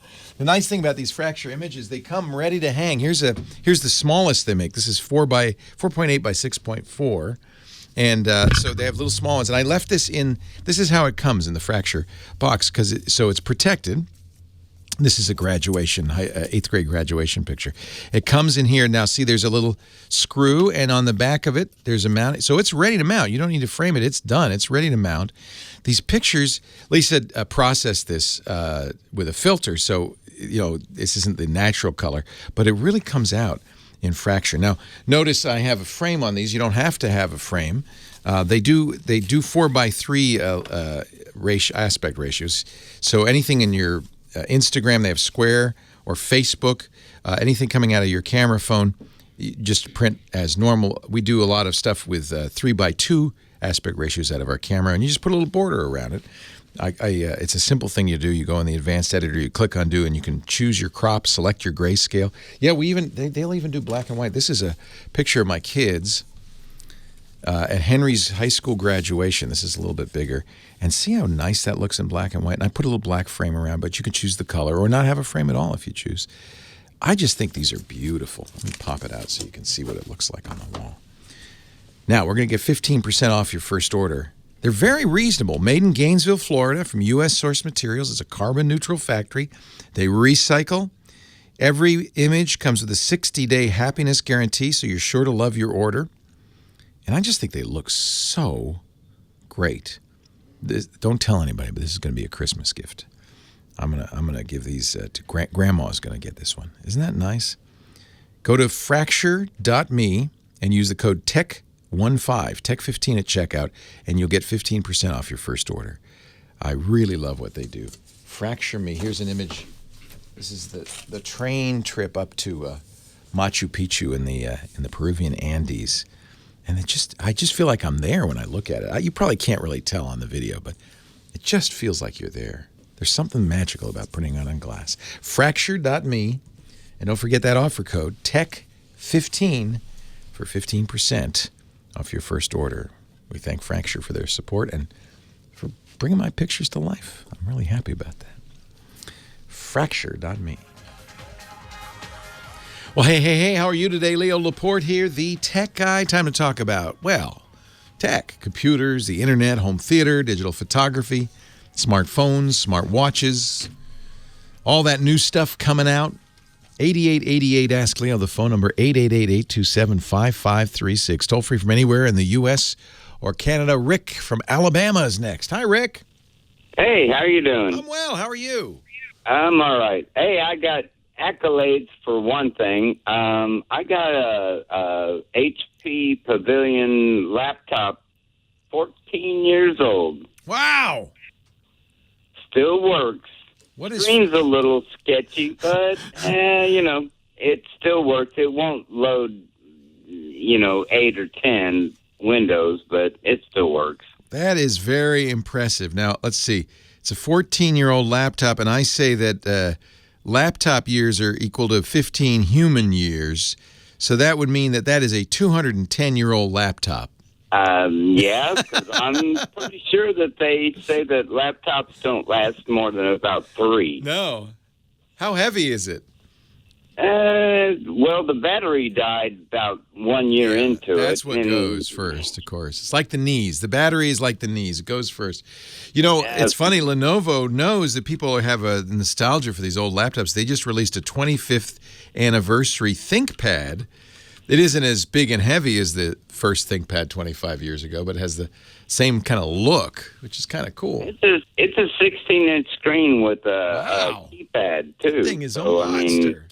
That is a monster. It was well worth the money I spent for it, and I got it out of the box on the floor. I think that's what they call it, OBO. Ah, yeah. So somebody had already even used it. Yeah. It's a demo model. Yeah, so I'm thinking maybe HP owes me some. You're like the guy who has the truck that's got 1 million miles on it, right? Exactly. HP needs to do an ad with you. Well, anyway, 2 things. One, my first computer was a TI 99-4A. Except, by the way, HP doesn't want to do an ad with you because they want everybody to buy a new laptop every few years. They don't. There's nothing. Yeah, exactly. They don't want unlike Chevy, they don't want to celebrate how long their laptops will last. So you started back in the early days of the TI 99. I also got their first printer, 4415. You're not still using that, are you? Oh, yeah. Oh, wow. And it still works. I think American Pickers need to come to your house. Yeah. I think they owe me some money. What can I do for you? Okay, my question is, first of all, 2 questions. What is factory image? So there is a version of Windows that Microsoft makes, Windows 10. In fact, you go to Microsoft's website and download what they call the Media Creator and create a USB key that's a pure Windows 10 install. But it doesn't have any of the features that, by the way, some of these features are not features, but it doesn't have any of the features that HP or Dell or Lenovo or any of the PC manufacturers adds. As you know, when you get a PC from a company, they're going to have some trialware on there. They're going to have some custom software. HP puts some auto-updating software and all of that. So there's a special version of Windows that HP puts on your laptop. That's called the factory image. And usually that's the one that either, in the days when you bought that laptop 15 years ago, came as probably a bunch of floppy disks or as a DVD with the laptop. They don't do that anymore. Microsoft doesn't like it because they think it's a recipe for piracy. So what they do when you get a new laptop these days is it says, oh, quick, get a USB key and make a recovery image. That's the same thing as the factory image. The recovery image will put your computer back to the way it was the day it came from the factory. And that is the base installation of Windows 10 plus whatever the manufacturer added to it before they shipped it to you. Now, I'm with you all that, but now I got to switch gears on you because you're still on the laptop, but now I'm talking on my desktop. Doesn't matter. It's the same. Okay, so it doesn't really matter. Okay, yeah. So factory image is exactly the same no matter what kind of computer. Okay, so it's a desktop, so I can still plug in what do you call those things? USB port thing. Okay, and that's good. Now my very last question is: I have like 6 CD rewrite discs. Now, how do I erase them? That's an interesting question. I don't think you really erase them. You just can reuse them. Okay, but if I put it in the computer and say, if I put it in the disk rewrite and I tell it I want to, because I guess you can erase it. Yeah, you put it in the rewriter, use the software. You have to have the software that came with those, with that rewriter. Okay, I'm not explaining myself very well. These are disks that I used to download, let's say... Okay, you want to destroy them? Yes. Just cut them up. Well, okay, I'm still not answering. Well, you can erase them, but you can't erase them permanently. I wouldn't if there's something on there you don't want anybody to see, then the best thing to do would be to grind them up. In fact, you can buy shredders now that will shred CDs. There are the way these rewritables work. There's 2 ways to write a CD. There's disk it once and there's track it once. And the rewritables load a special driver that makes them look like a hard drive, like a regular drive, and then you can write a track at a time. You just drag something onto it and it writes it. It erases the same way. You just erase the contents of that drive. My point, though, is if there's something on there you don't want anybody to see, erasing that CD using that technique will not actually delete the data. It will release the space for reuse, but you'd need to wipe the disk. May be possible that DBAN, which is the free wiping program I recommend, it stands for Derek's Boot and Nuke. DBAN. It's a program you can run on your PC. I think it's even a DOS program. It runs fine on Windows.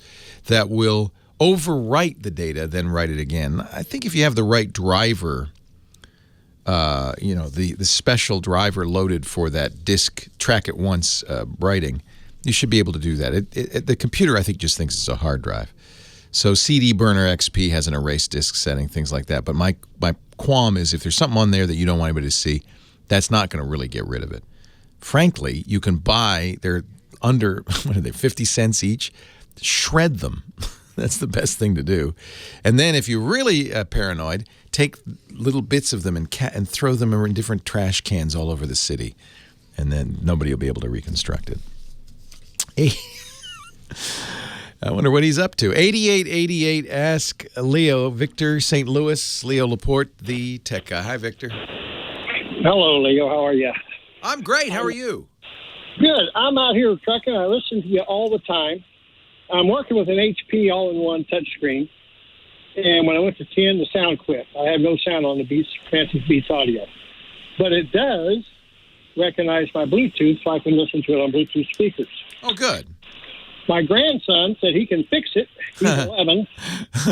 So he comes over to the house and brings up, I bought an iMac because it works. But he brings it up on there, and it's you, Mr. Laporte. He says, this guy can tell you how to fix it. You say, well, I know his number. I have his number. I'll just call him directly. I told him I listen to you all the time. You know, kids, I'll tell you, kids learn everything on YouTube these days. My son, who's a little older than your grandson, and my son's 22, has learned to cook, and he cooks really well. And I said, where'd you get all these recipes? He says, YouTube. So hang on. I'm going to take a break. We got some commercials to do, but when we come back, I will endeavor to duplicate that YouTube video and help you get your audio working again. I have some ideas about what might have gone wrong. Leo Laporte, the tech guy. Leo Laporte, the tech guy. Talking to Victor, St. Louis, Missouri. Victor's a close personal friend of Leo Laporte. You tell your 11-year-old grandson, you know this guy. I know him. I'll call him up. So your Bluetooth works, which is good. You know, that means, you know, that kind of eliminates a lot of possibilities. This is a all-in-one laptop or desktop that has a built-in speaker, right? Yes. Yeah. So there are a number of things that have gone wrong. What's really gone wrong is that speaker's not emitting audio. With any luck, that's a software issue, not a hardware issue. But it could, of course, be a hardware issue. There's a speaker cable inside that enclosure that goes to the speaker. Maybe that fell off. No more sound. I hope it's not that, because then you got to open it up and you got to check. It could be in the same way. It could be a hardware issue with the sound. You know, you used to say a sound board. They're not sound boards anymore. They're just chips on the motherboard that drive the sound. They usually use Realtek chips. But most likely, it's a driver issue. It's just a software issue. So there are a number of ways that you can go about fixing this. First thing you want to do is just open up the system properties, the device manager. So on a Windows 10 machine, easiest way to do that is Windows key X. That'll pop up a menu over the start menu that's kind of the geek menu. And you'll see in there device manager. Select the device manager and make sure that go look at your audio devices. That's where the driver, the Realtek driver, lives. Make sure there's not a red X over it or a triangle with an exclamation mark or something like that. That actually would indicate, oh, yeah, the driver failed. Right, and I've done that. And what did you find? It doesn't show any speakers. All it shows is headset. Okay. So I downloaded the driver from HP, and it downloaded it, and it said there's no place to install this driver. It said there's no place to install this driver. You cannot install. There's nowhere to install it. Well, right here. Put it on the computer. How about that? Well, maybe where it installs has gone bad, or... Well, it's not like there's a special spot. Wow, that's interesting. So in your device manager, you see nothing that looks like a sound card or audio interface or anything like that?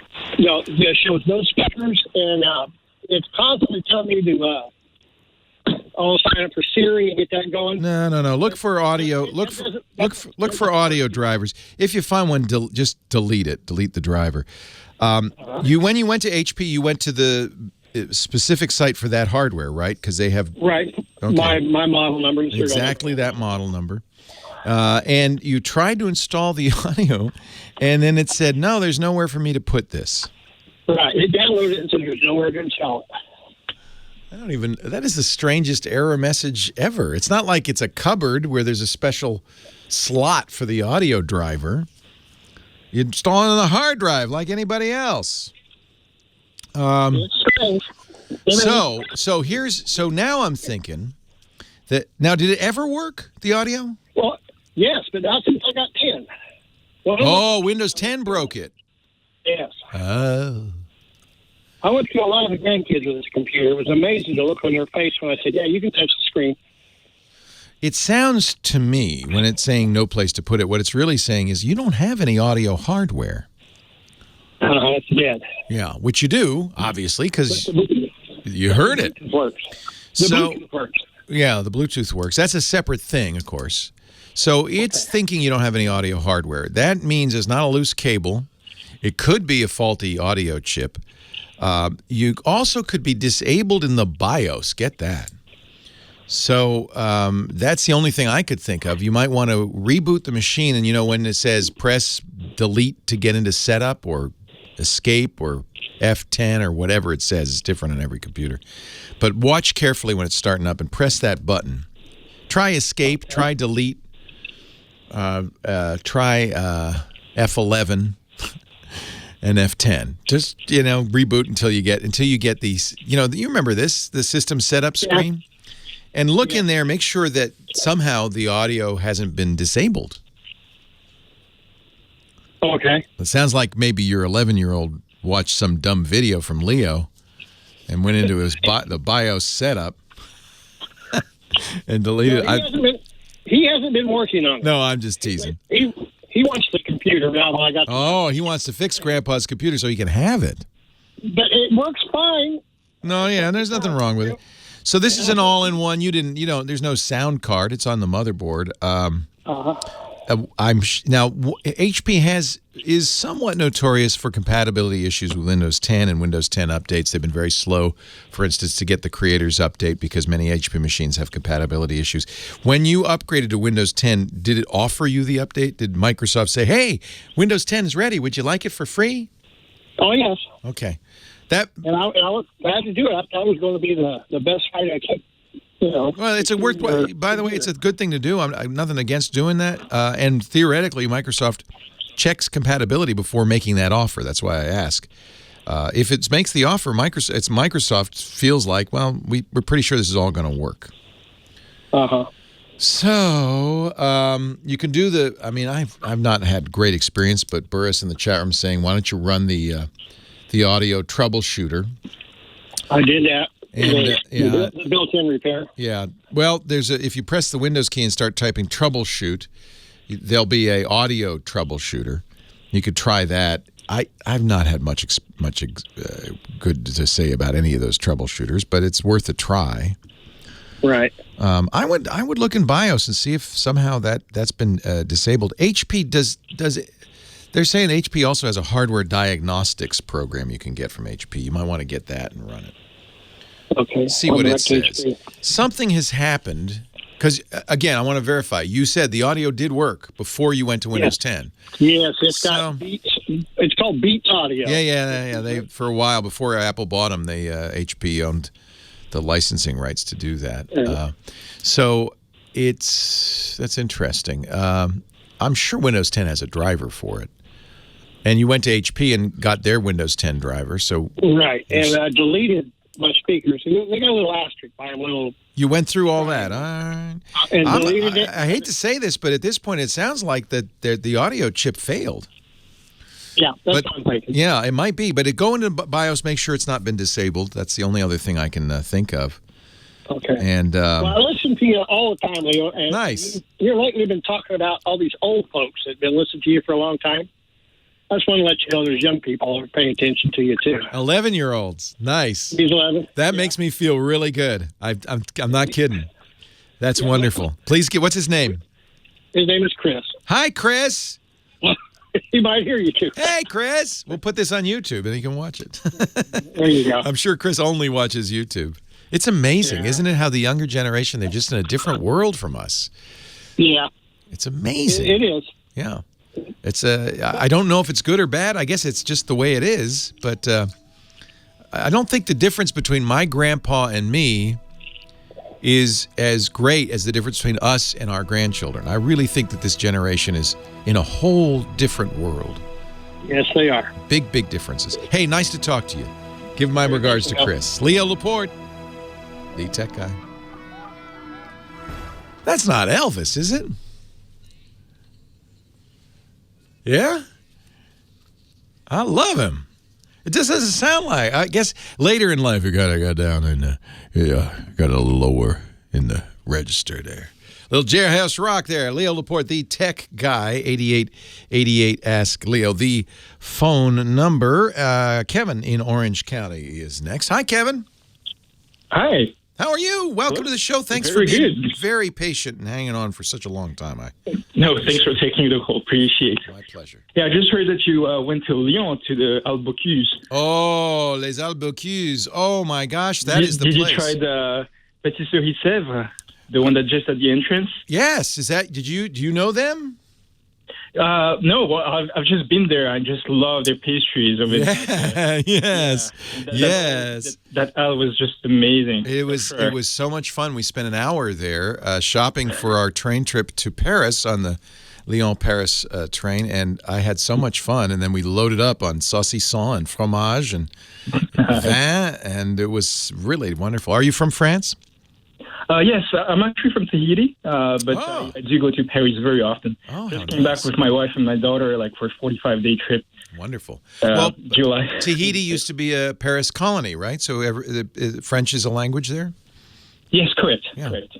Paul Gauguin ended up in Tahiti, I remember. Correct, yes. Smart man. What can I do for you today?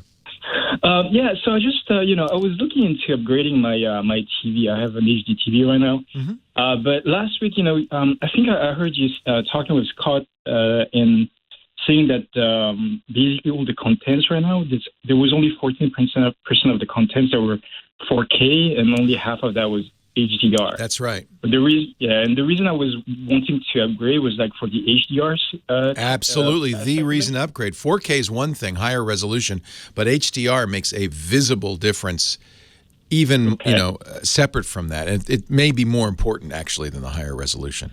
So you're right, and you're right. You're not going to see a lot of content, but there's maybe a few hundred DVDs, but all the new stuff will be coming out. UHD, that's the 4K, HDR. Okay. So that's the good news, is that you're on the right side of the content. It's the same thing when HD came out. There wasn't a lot of HD content, but eventually it caught up. The big difference, and I think you probably heard us talk about it, is while broadcast television was able to go to HD, we're quite a way off from them going to 4K. So for the foreseeable future, the next few years, 4K will be either streaming, 4K HDR, and there is, if you go to Netflix or Vudu, Amazon, they all make a relatively large number of HDR things. But really what you're going to want to do if you want to make that TV sing is get a UHD HDR Blu-ray player. Got it. And get the discs. And there'll be a handful of them, but more all the time. Got it. So if I plan to buy like a budget, HDR TV, what would you recommend? Because I was reading about the TCL-P series. I will have to ask Scott if he's looked at the TCLs. I think the TCLs are very good. They also have Roku built in, which there's a lot to be said for that as well. It's the Roku operating system. My OLED, my HDR OLED is at LG, and I think LG makes a range of prices, and even their lowest price, I think it's the B series, has the same panel as in their highest price series. So it's a very but it's not as inexpensive, I'm sure, as TCL. TCL's less expensive because they're a Chinese company, and like all the Chinese companies, they're trying to break into the U.S. market because they don't have brand awareness yet. So they may offer an equivalently good TV at a much lower price just to get sales, just to get in the market. Same thing happened with Korean manufacturers. South Korean manufacturers like Samsung and LG took over from the Japanese manufacturers, Sony and Toshiba and Panasonic. And, of course, they became the dominant sets of the last 5 years. And I think that the Chinese manufacturers are looking at that saying, we can do that, and we want to take the place of the Korean manufacturers. So watch out, Samsung, watch out, LG. Here come TCL and Huawei, and there's a whole bunch of Chinese companies making, I think, very good stuff. I think the TCLs are, I seem to remember Scott, and I would look for reviews just to back this up, but I seem to remember Scott saying he thought very well of the TCL-P series. Okay. Yeah. If it looks good to you, it's good. Got it. Well, I have no idea. It's LCD, right, though? It's not OLED. Okay. Well, I don't know. I mean, I'm asking. If you can afford it, go with OLED. It is, for HDR, it's a better choice because OLED is capable of blacker blacks and whiter whites. Because the minimum budget is like, what, $2,000, $3,000? Is that what you can get I think you can get a nice OLED from LG for $2,000. $2,000, yeah. All right. So, and even for the budget TVs, like, do I still need to, like, hire someone for calibration, or can I just, like... Well... Scott, who is a calibrator, and who calibrates my TVs will say so. But I do remember him coming in and with my first Samsung OLED and saying, "Oh, there's nothing to calibrate. This thing's perfect."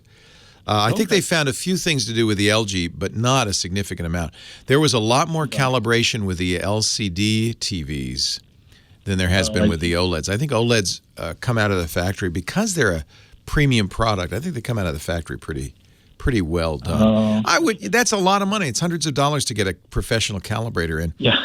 I wouldn't worry about that. Put it in movie mode. Obviously, you want to take it out of the showroom mode, the dynamic mode, because that's going to be over bright so that they sell more TVs. Put it in cinema mode or movie mode, and I think you're pretty darn close with a good panel. And I think you're going to be blown away. I'll give you a little tip. I didn't go out and buy a standalone UHD Blu-ray player. There's certainly many manufacturers. I got an Xbox One S, which has... Yes, I got one. Yeah, well, you're set. You already got a UHD player. It does a very good job. And, of course, the new Xbox comes out next month, the Scorpion, yeah. And that will be also UHD Blu-ray. And I think it supports both HDR 10 UHD and the Dolby UHD. Dolby Vision, yeah. You want that if you can. Okay, got it. And I do have to buy a new HDMI cable as well, right? That goes with it. Yeah, I would. I mean, don't get a $100 gold-plated one. Get the $999 model, but do make sure it's the latest HDMI. Yeah, got it. They have higher. Can I ask you one last question? Sure. I was just wondering, for the size of the TV, does it? Because right now I'm about 8 feet away, 7.5, 8 feet away from the TV. That's pretty close. You're good. You don't have to go more than 55 at 8 feet, I don't think. Okay, 55 is good. Okay. Yeah. I mean, get as big as you can afford, but 8 feet's pretty close. Most people are farther away. And I would bet that if you look at there are online, I'll find one and put it in the show notes, calculators. The Dolby people have a calculator. But generally speaking, they make those. They want you to get a really giant screen, so big that you can barely see the edges, which means you'd want a 70-inch if you're 8 feet away. But I think 55 or 60 would be just fine with 8 feet away. Okay, I just wanted to be still safe. To be. You're pretty close. Yeah, you're pretty close. I think that 8 feet is close enough that you don't have to get a giant set. Okay, perfect. So 55 feet is yeah. Okay. As you get farther away, of course, you want a bigger set because it gets smaller and smaller. But 8 feet is about as close as you can get, frankly. I mean, otherwise your mother will say, "Get away from that TV! You'll ruin your eyes." We have a 70 in the living room, but I have I think a 65. I'm about 8 feet away as well. It's nice because it fills your view. It's better than going to a movie theater. I was talking about this yesterday. I hated Blade Runner 2049 in the movie theater. It was too dark. I know it's going to look better on my nice home theater system. Yes, nice. Yeah. Hey, thanks for the call. Au revoir, my friend. Thanks so much. Take care. Appreciate it. Leo Laporte, the tech guy. Final segment right after this. Fire up the funk. Yeah, Leo Laporte, the tech guy. 8888. Ask Leo. Thanks to Michael Kosier, our musical director. He's the guy who chooses the tunes and always has a lot of fun doing it. Thanks also to Kim Schaffer, who answers your phone calls and helps get you on the air. I appreciate it. Couldn't do the show without them, but most importantly, of course, couldn't do it without you. Thank you for listening today. Next on the line, Eric in Bridgewater, Massachusetts. Hi, Eric. Hello. How are you doing, Leo? I'm fantastic. How are you? I'm just great. What can I do for you? Except for this one issue. Of course, nobody calls because everything's going great. There's always something. What is it? So I converted to High Sierra, and the latest version of Mac OS. Yes, 10.13. I have a Time Machine external drive, and thought it would be great to convert it to APFS since it's as great as. I think they say not to do that, don't they? Yeah, I didn't read that part. So I was curious if anyone knew of a way to get it back to HFS. Is it not working at all now? Well, no. Can you at least look at? Can you see the contents, or is the drive just? Oh no, you could. All the data's still there. I mean, so it's. That's the good news. And the thing is, you caught this before you had data loss, so I guess what you could do is just reformat the drive HFS Plus and let Time Machine continue and just hope you don't need any of the older files. Right, but if this picture is, it's been around for a while, this particular disk. So. I'm not a real fan of Time Machine because of the way it works. It's really... we have a technical term in the industry. It's a kludge. which I'll write that term down. And let me ask the hams. That's how you say it. Kludge, yeah. It is. I read a book. I listened to an audiobook, a technology audiobook, and all the way through the narrator said kludge. And I thought, well, it is spelled that way, but I think it's kludge. It sounds worse if you say kludge. So a kludge is an inelegant solution to a technical problem. It's the equivalent of chewing gum and Scotch tape. And so the way Time Machine works, it uses hard links to the. It's just a mess, and I'm not surprised. And I'm not surprised, frankly, that APFS doesn't like it because APFS is modern. Yeah, and frankly, you don't need Time Machine with APFS. Now, I don't know if Apple.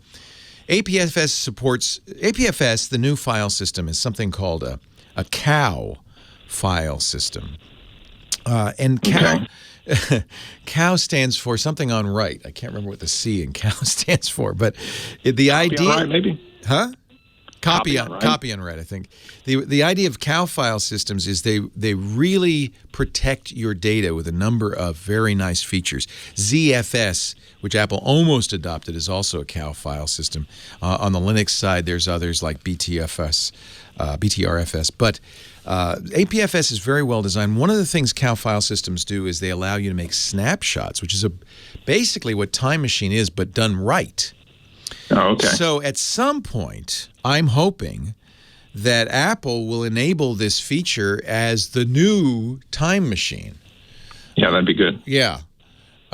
So there's an article in Mac Observer, Time Machine and APFS, what you need to know. Among other things, it says they will play nice, sorta, which tells me not to use it, because it can't use APFS directly. Right. So generally what Apple's telling people is do APFS if your main drive is an SSD. APFS makes a big difference in SSDs. Do not do it if you're using a Fusion drive. It doesn't quite work yet. They promise it will eventually. And do not use it on your Time Machine drives.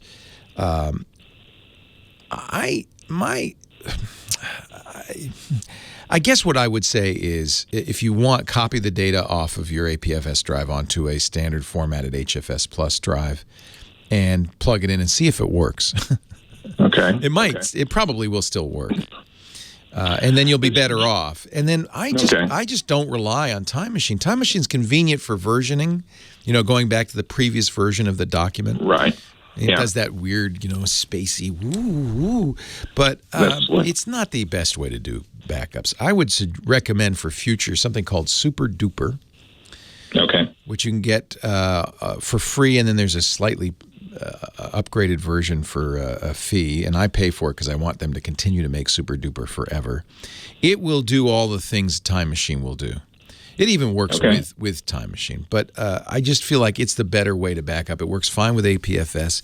It will make what I do with Super Duper is I take an external drive, you can use your Time Machine drive, and I make an image of my internal drive.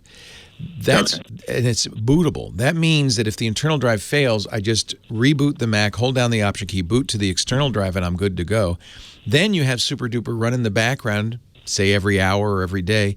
It will update that bootable external drive so that it's an exact clone all the time. That is really handy. You can then have another drive if you want that's a Time Machine style versioning drive. There's all sorts of things you can do with Super Duper. It's just a fabulous backup program. And as long as we're moving to APFS, let's hope Apple turns on it's called Snapshot, the snapshotting feature that will make all of this kind of unnecessary. It'll do what Super Duper does and Time Machine does kind of automatically in the background.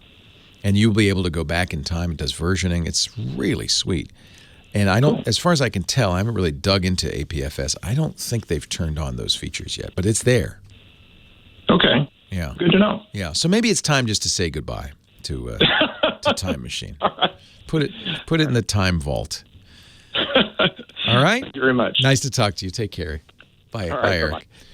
Last call of the day, Sean in Mechanicsville, Virginia. Hello, Sean. Hi, Leo. Welcome. What can I do for you? I got a problem with internet. About 8 years ago, we moved into a house outside of Richmond, and there's no internet to the house. Oi. What were you thinking? What were you thinking? Wireless. What were you thinking? We did not realize at the time. No one would buy a house where there was no plumbing.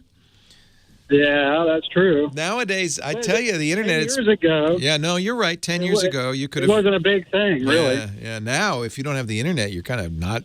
You're in the wrong century. We recently got a bunch of little dots and kind of bottlenecked everything because the internet's So you're using a Verizon device to connect to their LTE network as your internet? Yes, it's called a My Home. My Home, okay, yeah. Yeah, LTE. It's pretty fast, right? Yeah, but like Amazon Prime Video, we try to stream. Yeah, I feel like download it. Right. Verizon probably does some traffic shaping because remember you're on a cell tower. It's a limited bandwidth cell tower. They have other customers using it. They don't want you to use up all the bandwidth. My guess is they don't tell you this, but they do things called bandwidth shaping. As soon as they see you streaming a video, for instance, they slow it down because they don't want you to use up all the bandwidth.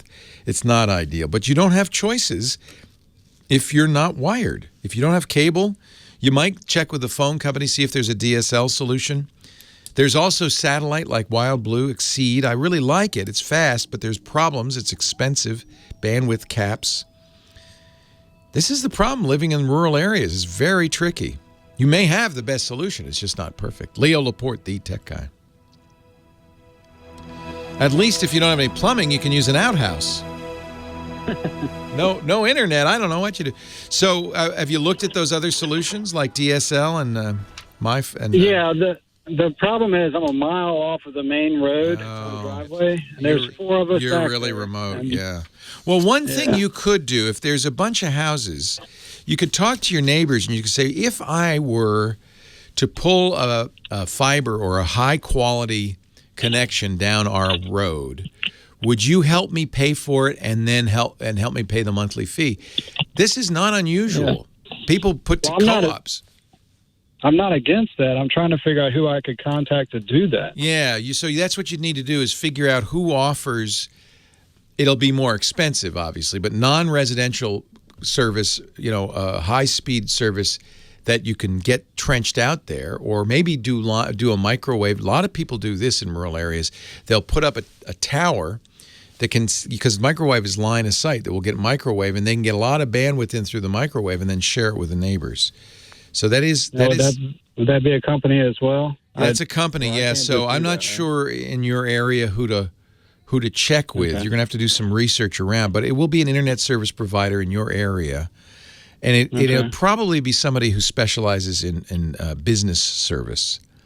And you just have to talk to them. And you know what? Make a phone call. If you get a nice tech, he'll probably say, well, we don't do that, but you know who might? And you'll get a lead.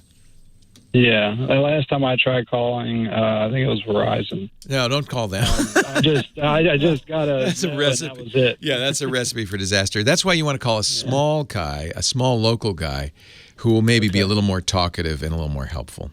Big company like Verizon, they don't care.